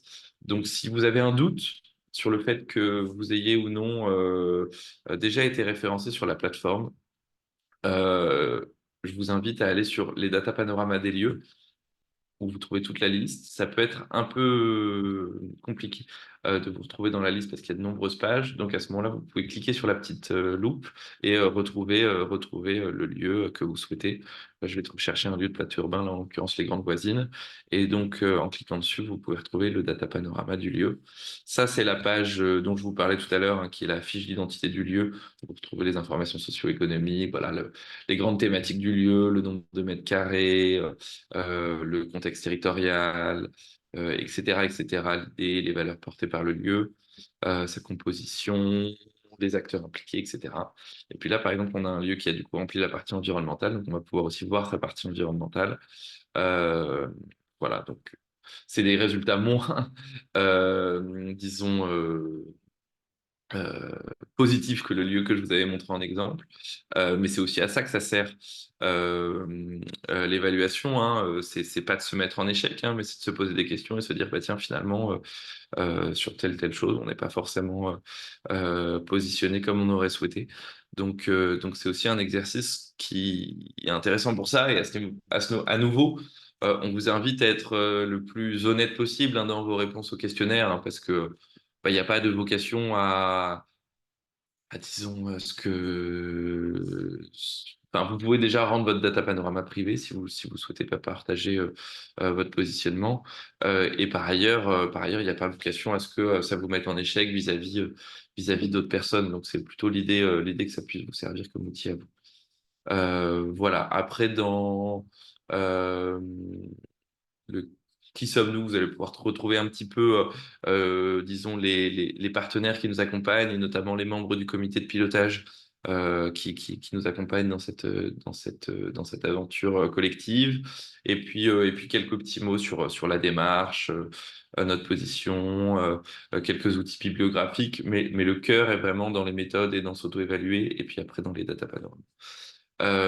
Voilà. Si vous êtes référencé sur la plateforme, ce que je ne vous ai pas dit, c'est que vous avez normalement dû recevoir un URL administrateur, parce que comme vous avez vu, il n'y a pas la possibilité de se connecter sur le site. En revanche, si vous avez rempli à minima le questionnaire ou général, ou si vous êtes référencé via le recensement France Tiers-Lieux, vous avez normalement un URL administrateur qui vous permet d'accéder à votre page admin et qui vous permet là de modifier votre data panorama sans avoir à remplir tout le questionnaire. Donc, je ne sais pas s'il y a eu du mouvement dans votre tiers-lieu depuis un an, et que vous n'avez pas envie de re-remplir en 1 heure tout le questionnaire, vous pouvez changer une information à la fois à partir de votre page admin. Et n'hésitez pas, hein, je peux tout à fait vous renvoyer ce lien vers l'URL admin si vous l'avez perdu. Voilà, je vous remercie pour votre écoute et puis à votre disposition pour répondre à vos questions.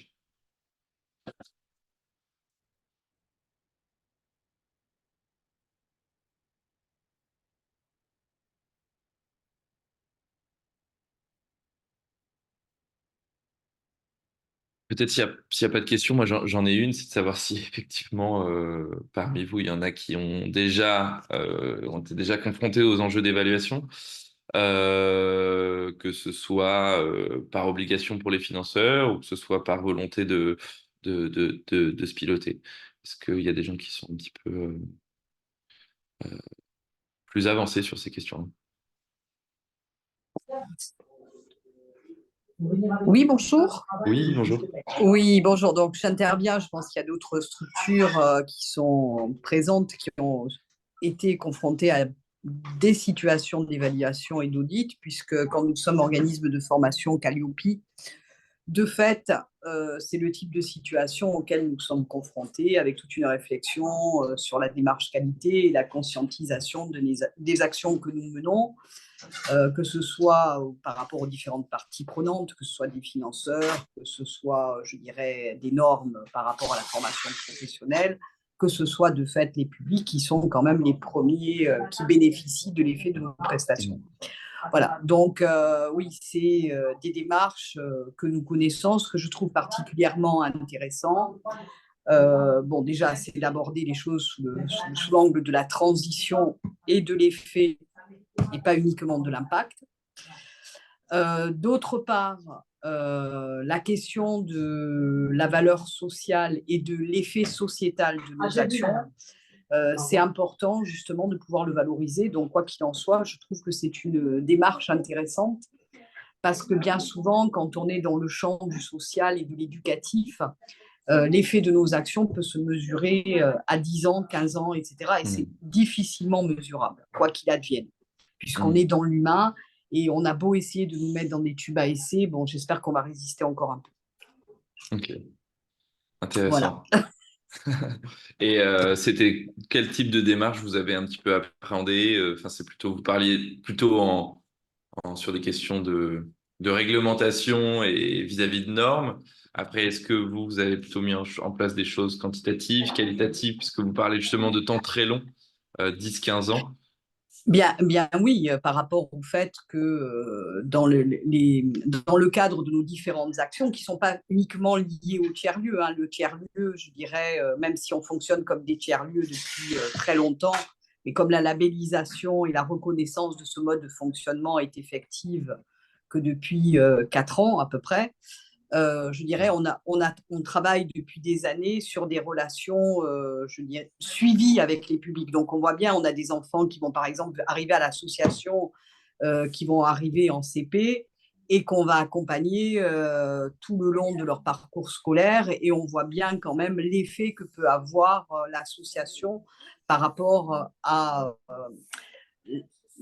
on va dire, l'ouverture vers d'autres champs, etc. Je tiens à préciser, puisque nous sommes dans des quartiers politiques de la ville, hein.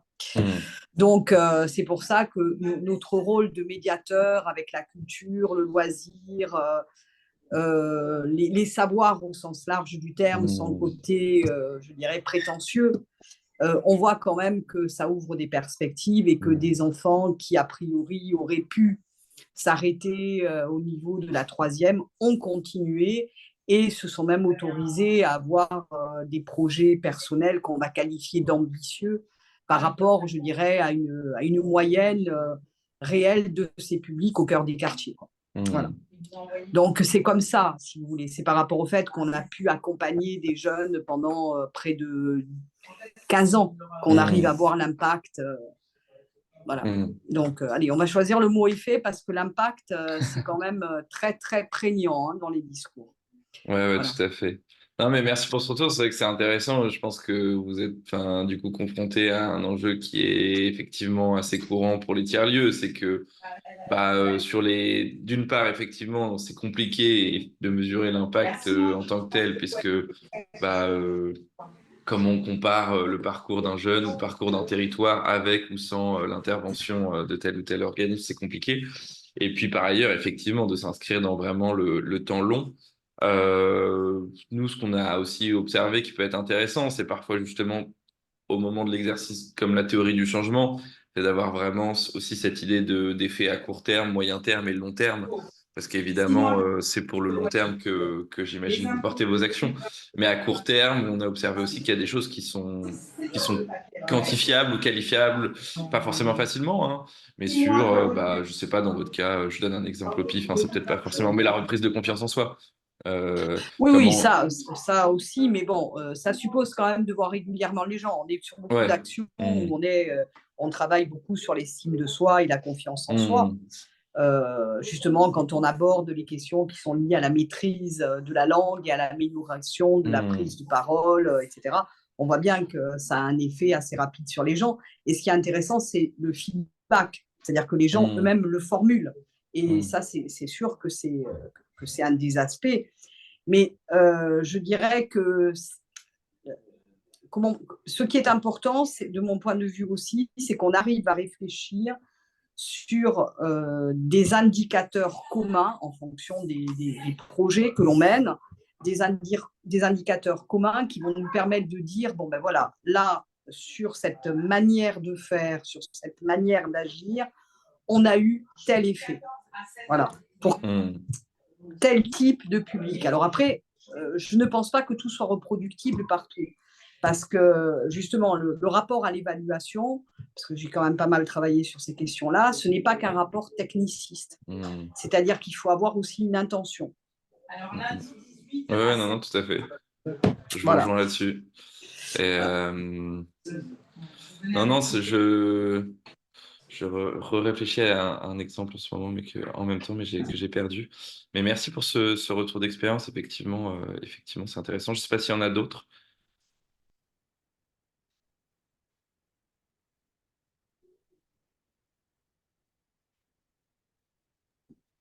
Du coup, enfin, c'est pas un retour d'expérience parce que nous, on l'a pas mené, mais on a fait une formation, comme je te l'avais dit, Vincent, autour de la mesure d'impact social avec Famille Rurale. Et je sais que Romain et José, donc, qui sont présents à la visio, étaient aussi présents à la formation. Et je crois même que Jo était présent le premier jour. Mais du coup, est-ce que Romain et José, ça vous semble plus faisable à faire avec vos emplois du temps un peu compliqués sur le site, plutôt que vraiment débuter une démarche d'impact social voilà, qui est quand même assez longue, assez contraignante, parce qu'on a un autre tiers-lieu aussi qui avait assisté à cette formation, qui est pas là aujourd'hui, mais qui a vraiment lancé la mesure d'impact. Mais du coup, voilà, c'est des réunions avec des partenaires, c'est des coups de fil, enfin, c'est des entretiens individuels aussi avec les partenaires. Enfin, c'est vraiment quelque chose de plus important. Alors que là, j'ai tendance à me dire que juste en se disant, bon, ben, on répond à ce questionnaire et on a déjà une première base, je pense que c'est peut-être plus simple pour tout le monde en guise de première étape, je dirais. Donc, je sais pas si Romain et José sont toujours là, si peut-être ils ont un petit mot à dire ou...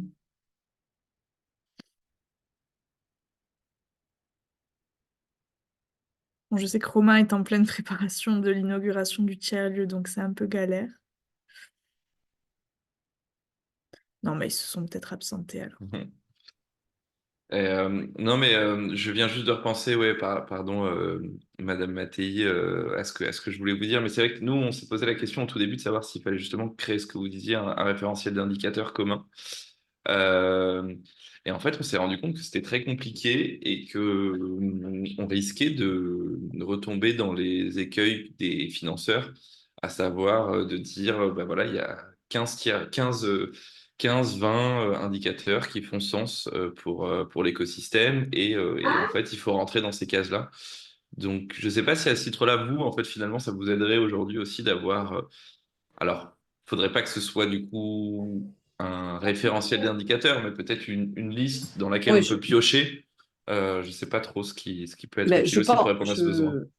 je pense surtout qu'il faut, enfin, il faut, il y a qu'à, non, c'est pas ça que je veux dire. L'intérêt, ça serait d'être au clair sur, je dirais, certains critères. Voilà. Selon le type d'action qu'on mène. C'est-à-dire, par exemple, si on est sur du socio-éducatif, voilà, et qu'on dit, ben voilà, on va accueillir tel type de public, qu'est-ce que je considère être pertinent pour mesurer l'effet de mon action? Et ça, par exemple, vous parliez tout à l'heure de la confiance en soi. On peut dire, ben voilà, la confiance en soi par rapport à ce type d'action, on estime que c'est un critère de base quand on accueille des publics qui sont en perte de lien social, etc., etc., parce que justement, un certain nombre d'éléments dans leur vie ont fait qu'ils se sont éloignés du collectif, etc. Ils n'osent plus prendre la parole. Voilà.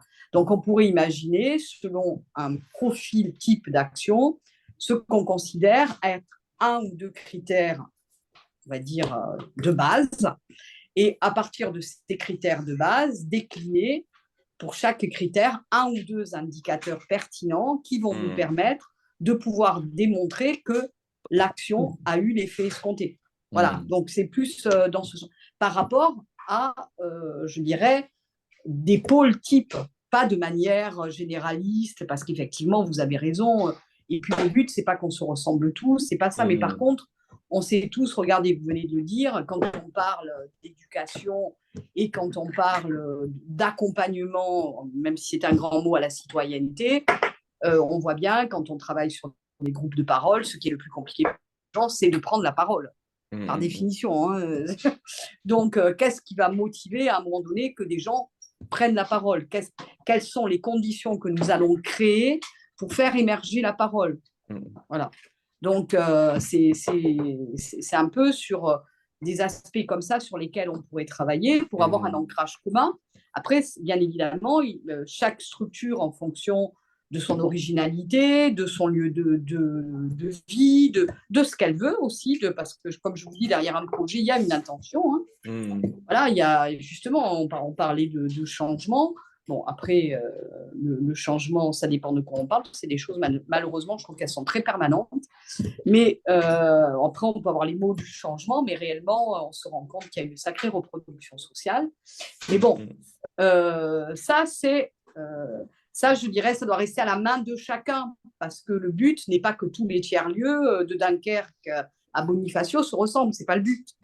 Et qu'on est tous... parce qu'après, justement, c'est ce que je vous disais tout à l'heure, on tomberait dans une logique techniciste.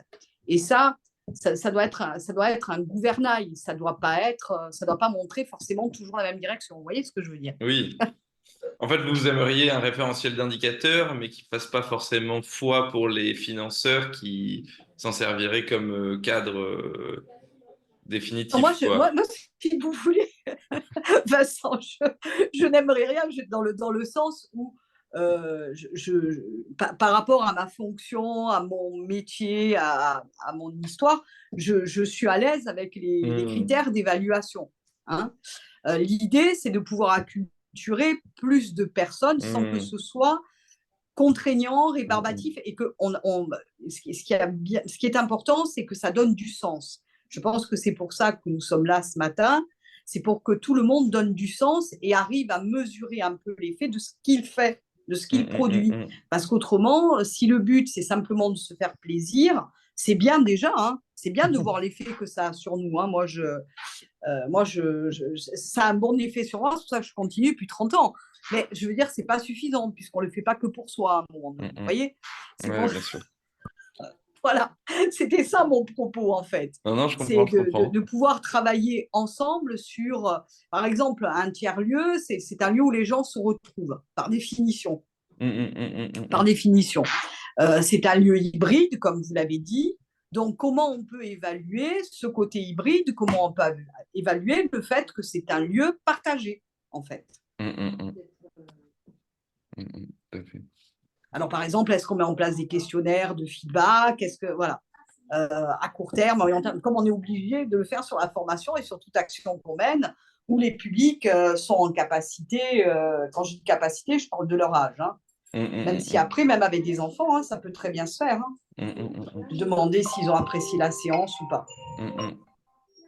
Non, mais super intéressant. Bah, à ce titre-là, ça fait aussi partie, hein, je ne vous ai pas toutes présentées en détail, mais notamment dans le guide méthodologique et parmi les fiches outils, il y a évidemment des outils type questionnaire à destination du public à faire voilà, en cours que ce soit d'un parcours d'insertion ou même simplement des visiteurs du tiers-lieu. Enfin, voilà, il y a une liste de questions sur ce genre de choses qui pourraient aussi être mobilisées. Mais je retiens votre idée, effectivement, d'avoir aussi peut-être une liste d'indicateurs ou piocher. Ça peut effectivement être intéressant pour la suite. Et oui, parce que, bon, nous, si vous voulez, dans le cadre de formation professionnelle que nous menons, nous formons des animateurs. Donc, à un moment donné, ils sont obligés, eux, d'apprendre à évaluer leurs actions. Donc, c'est pour ça que, si vous voulez, bon, c'est des sujets sur lesquels on a beaucoup travaillé. Donc, on voit bien que, par exemple, quelque chose qui revient tout le temps, c'est être capable de faire la distinction entre la participation, c'est-à-dire combien j'ai reçu de public, mais est-ce que les publics ont été actifs dans leur participation?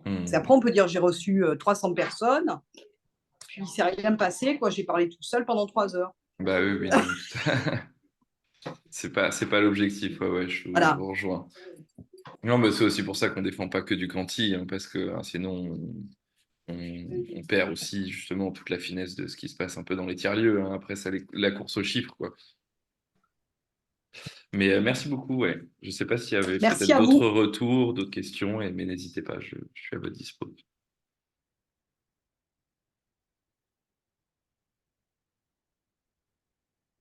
Ben, je pense qu'on peut clôturer cette vidéo du coup. Donc un grand merci à Vincent et Florine. Voilà, on organisera peut-être, je ne sais plus les termes exacts que vous utilisez, mais un temps de... Oui, on peut organiser. Enfin, il y a différentes choses qui sont possibles. Hein. On pourra faire une session de remplissage collectif des questionnaires si certains sont intéressés. Oui, voilà, on peut aussi approfondir un point plus spécifique si vous souhaitez qu'on aille plus loin. Là, nous, on est basé à Paris, donc c'est pas toujours le plus simple de venir en Corse. Mais si c'est possible, peut-être que avec plaisir pour le faire. Nous, on se déplace aussi à l'occasion de rencontres régionales ou nationales des tiers-lieux. Donc, de temps en temps, on anime des ateliers aussi sur les enjeux d'évaluation pour former les gens. Voilà, il y a plein de choses possibles, imaginables, selon ce qui vous intéresse. Oui, ça peut être bien de faire un atelier. Donc nous, nos rencontres régionales, elles ont lieu en octobre. Du coup, ça peut être bien de faire un petit atelier sur voilà, logique de co-remplissage. Ça peut Tout à être fait, intéressant parce qu'en plus, voilà, là en vision, on n'est pas, il n'y a pas le panel entier de tous les tiers-lieux et je suis sûre qu'il y a d'autres j'imagine. tiers-lieux qui seraient intéressés. Donc voilà, si on a le budget, que vous êtes dispo, vous aurez certainement Super, une petite invitation avec grand pour venir plaisir. nous voir en Corse en octobre. Ah, super, ben, avec grand plaisir, ouais. Ben, merci beaucoup en tout cas, Morgane, pour Voilà. la proposition Ben, merci et à vous hein, l'animation. pour tout ça. Et j'enverrai du coup la présentation que vous avez faite du coup aux membres du réseau et Ouais, potentiellement vos contacts si ça vous va. oui, n'hésitez pas, on est à votre dispo si vous avez des questions. Super. Bon, ben, merci Merci, à tous. Je vous souhaite une bonne journée et une bonne continuation. Merci à Merci toi, beaucoup. Morgane. Bonne journée. Allez, au revoir. Au revoir à tout le monde. Au Bonne revoir à journée à Au tous. tous. revoir.